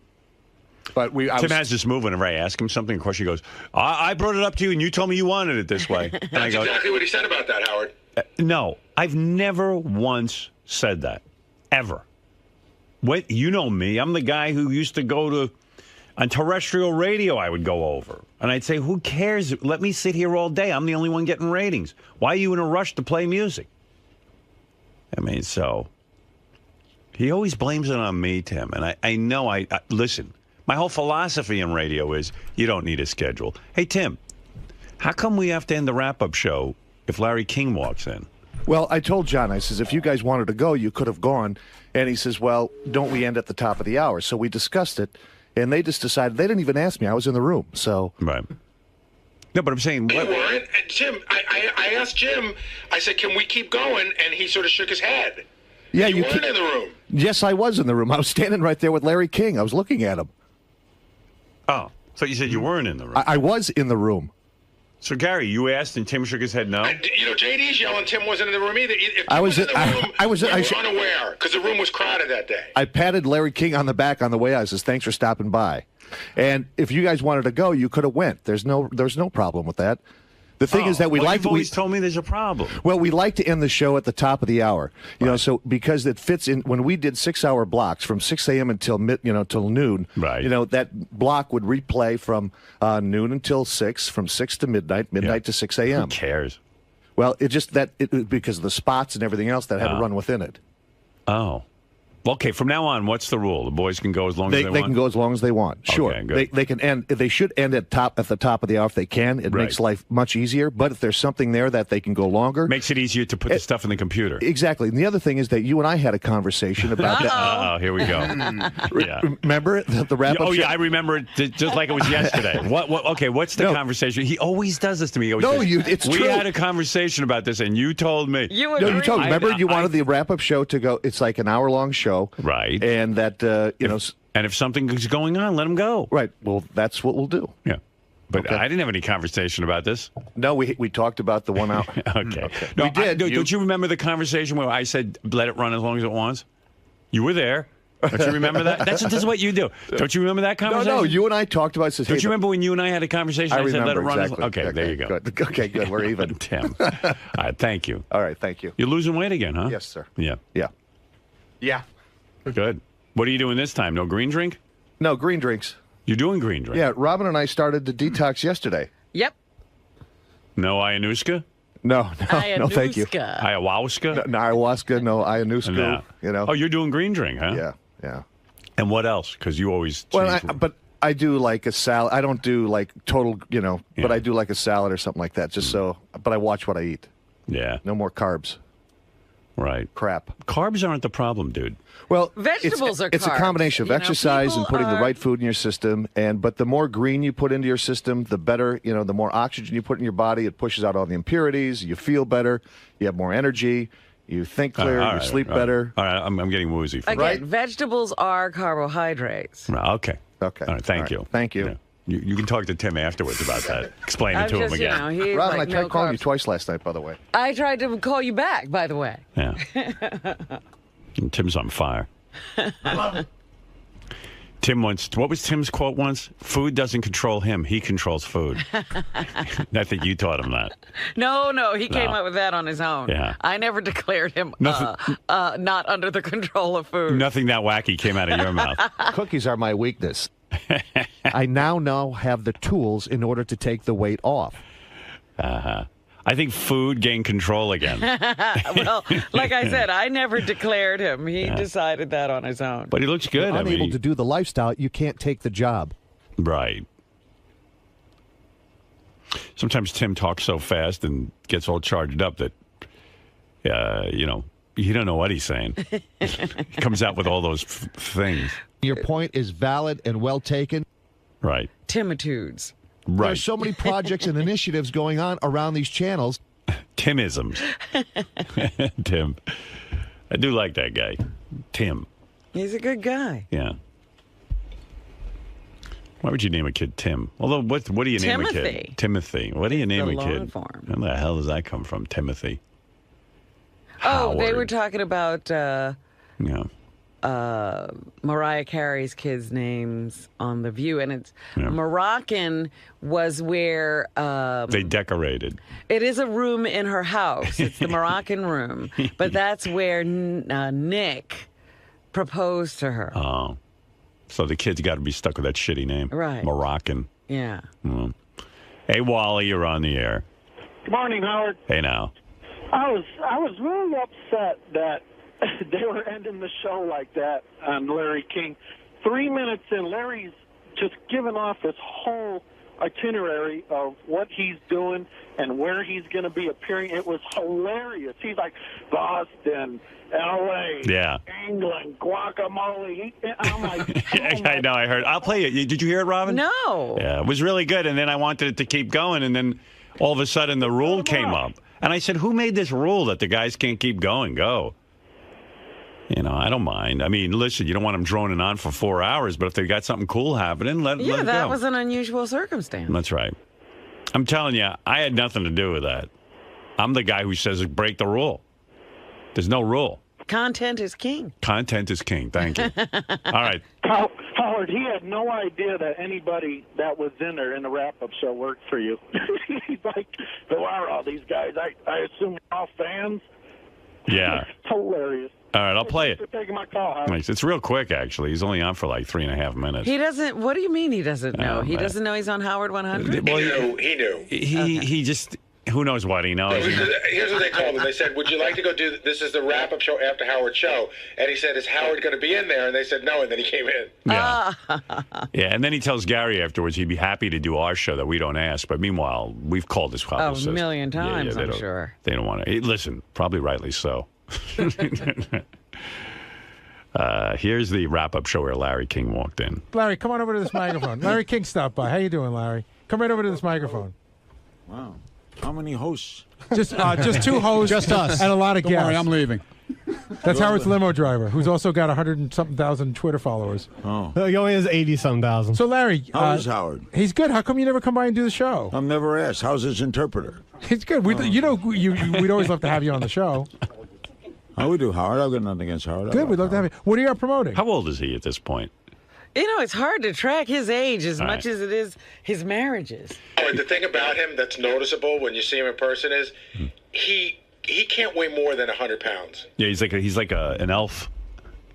He's like from Middle Earth. Yeah, he's like a hobbit. It says here 77. Okay. That's how old he is, but he looks older.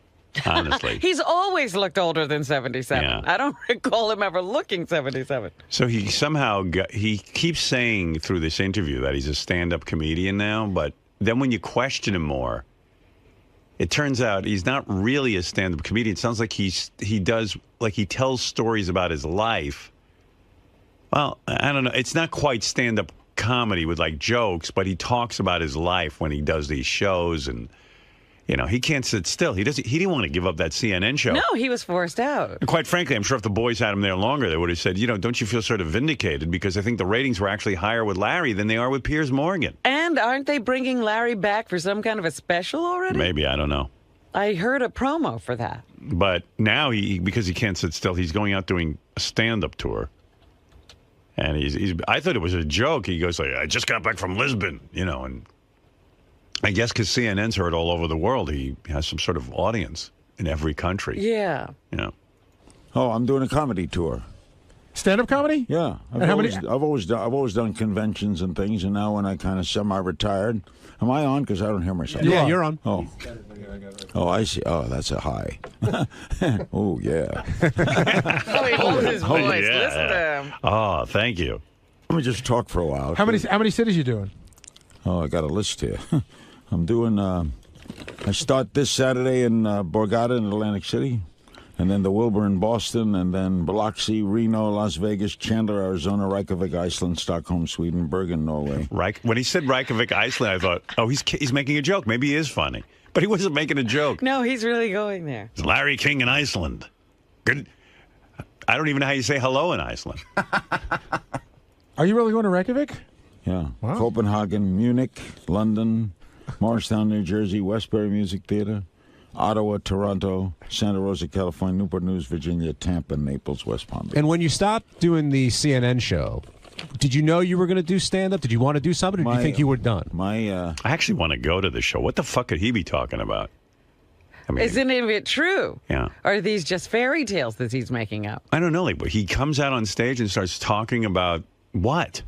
I mean, he's not going to tell you the real stories of his life about how Right. he married 8 women. I fucked this one, and the first night I met her, I fucked her. And had a gambling problem and all of that. So he must be making up some stories. Don't you have a feeling it might be like the Charlie Sheen tour, like sort of nobody knows what's going to happen that night? Well, and then like within 5 minutes you go to, does anyone have a question? Winning. I actually imagine he's put some thought into it. You think? My nephew is Scott Zeiger. He's a big Broadway producer, and he's often seen me speak at conventions. And he says, geez, you're funny. Why don't we put together where you do stand-up? And they worked on this show. We got a producer and everything. And I go on stage. It's about 80 minutes of stories. It's all funny. I don't do anything serious. But I do. Last Thursday, I was in Portugal. I spoke at a big conference. I just did funny stuff. But is it more like a stand-up comedy show? Or is it more like stories of your life and you're funny? Correct. It's stories of my life. If there's a similar thing, it would be like Billy Crystal's 700 Sundays. I get up, stories of childhood, stories of broadcasting off the air. Amazing. He's already in that category of Billy Crystal. Yeah, he's right up there. Yeah. On the air stories. That's some rarefied air. This must be some show. Family stories, funny stories. So after many years broadcasting, you finally decided to give it up. Yeah. Howard's been doing it forever. Do you think Howard will continue to do it? And I remember we do know I'm going to continue for 5 years. When have you talked to Larry King? I don't know. Why is he asking? But Larry does have an answer. When Howard was in Washington. How old is Howard now? 57 years old. So he's been in how long? He's been doing this at least 34 years, something like that. Okay. I started in 57. How many years is that? 54 years. Right. That's a lot of years. So I'm 77. He wins. What does that got to do with anything?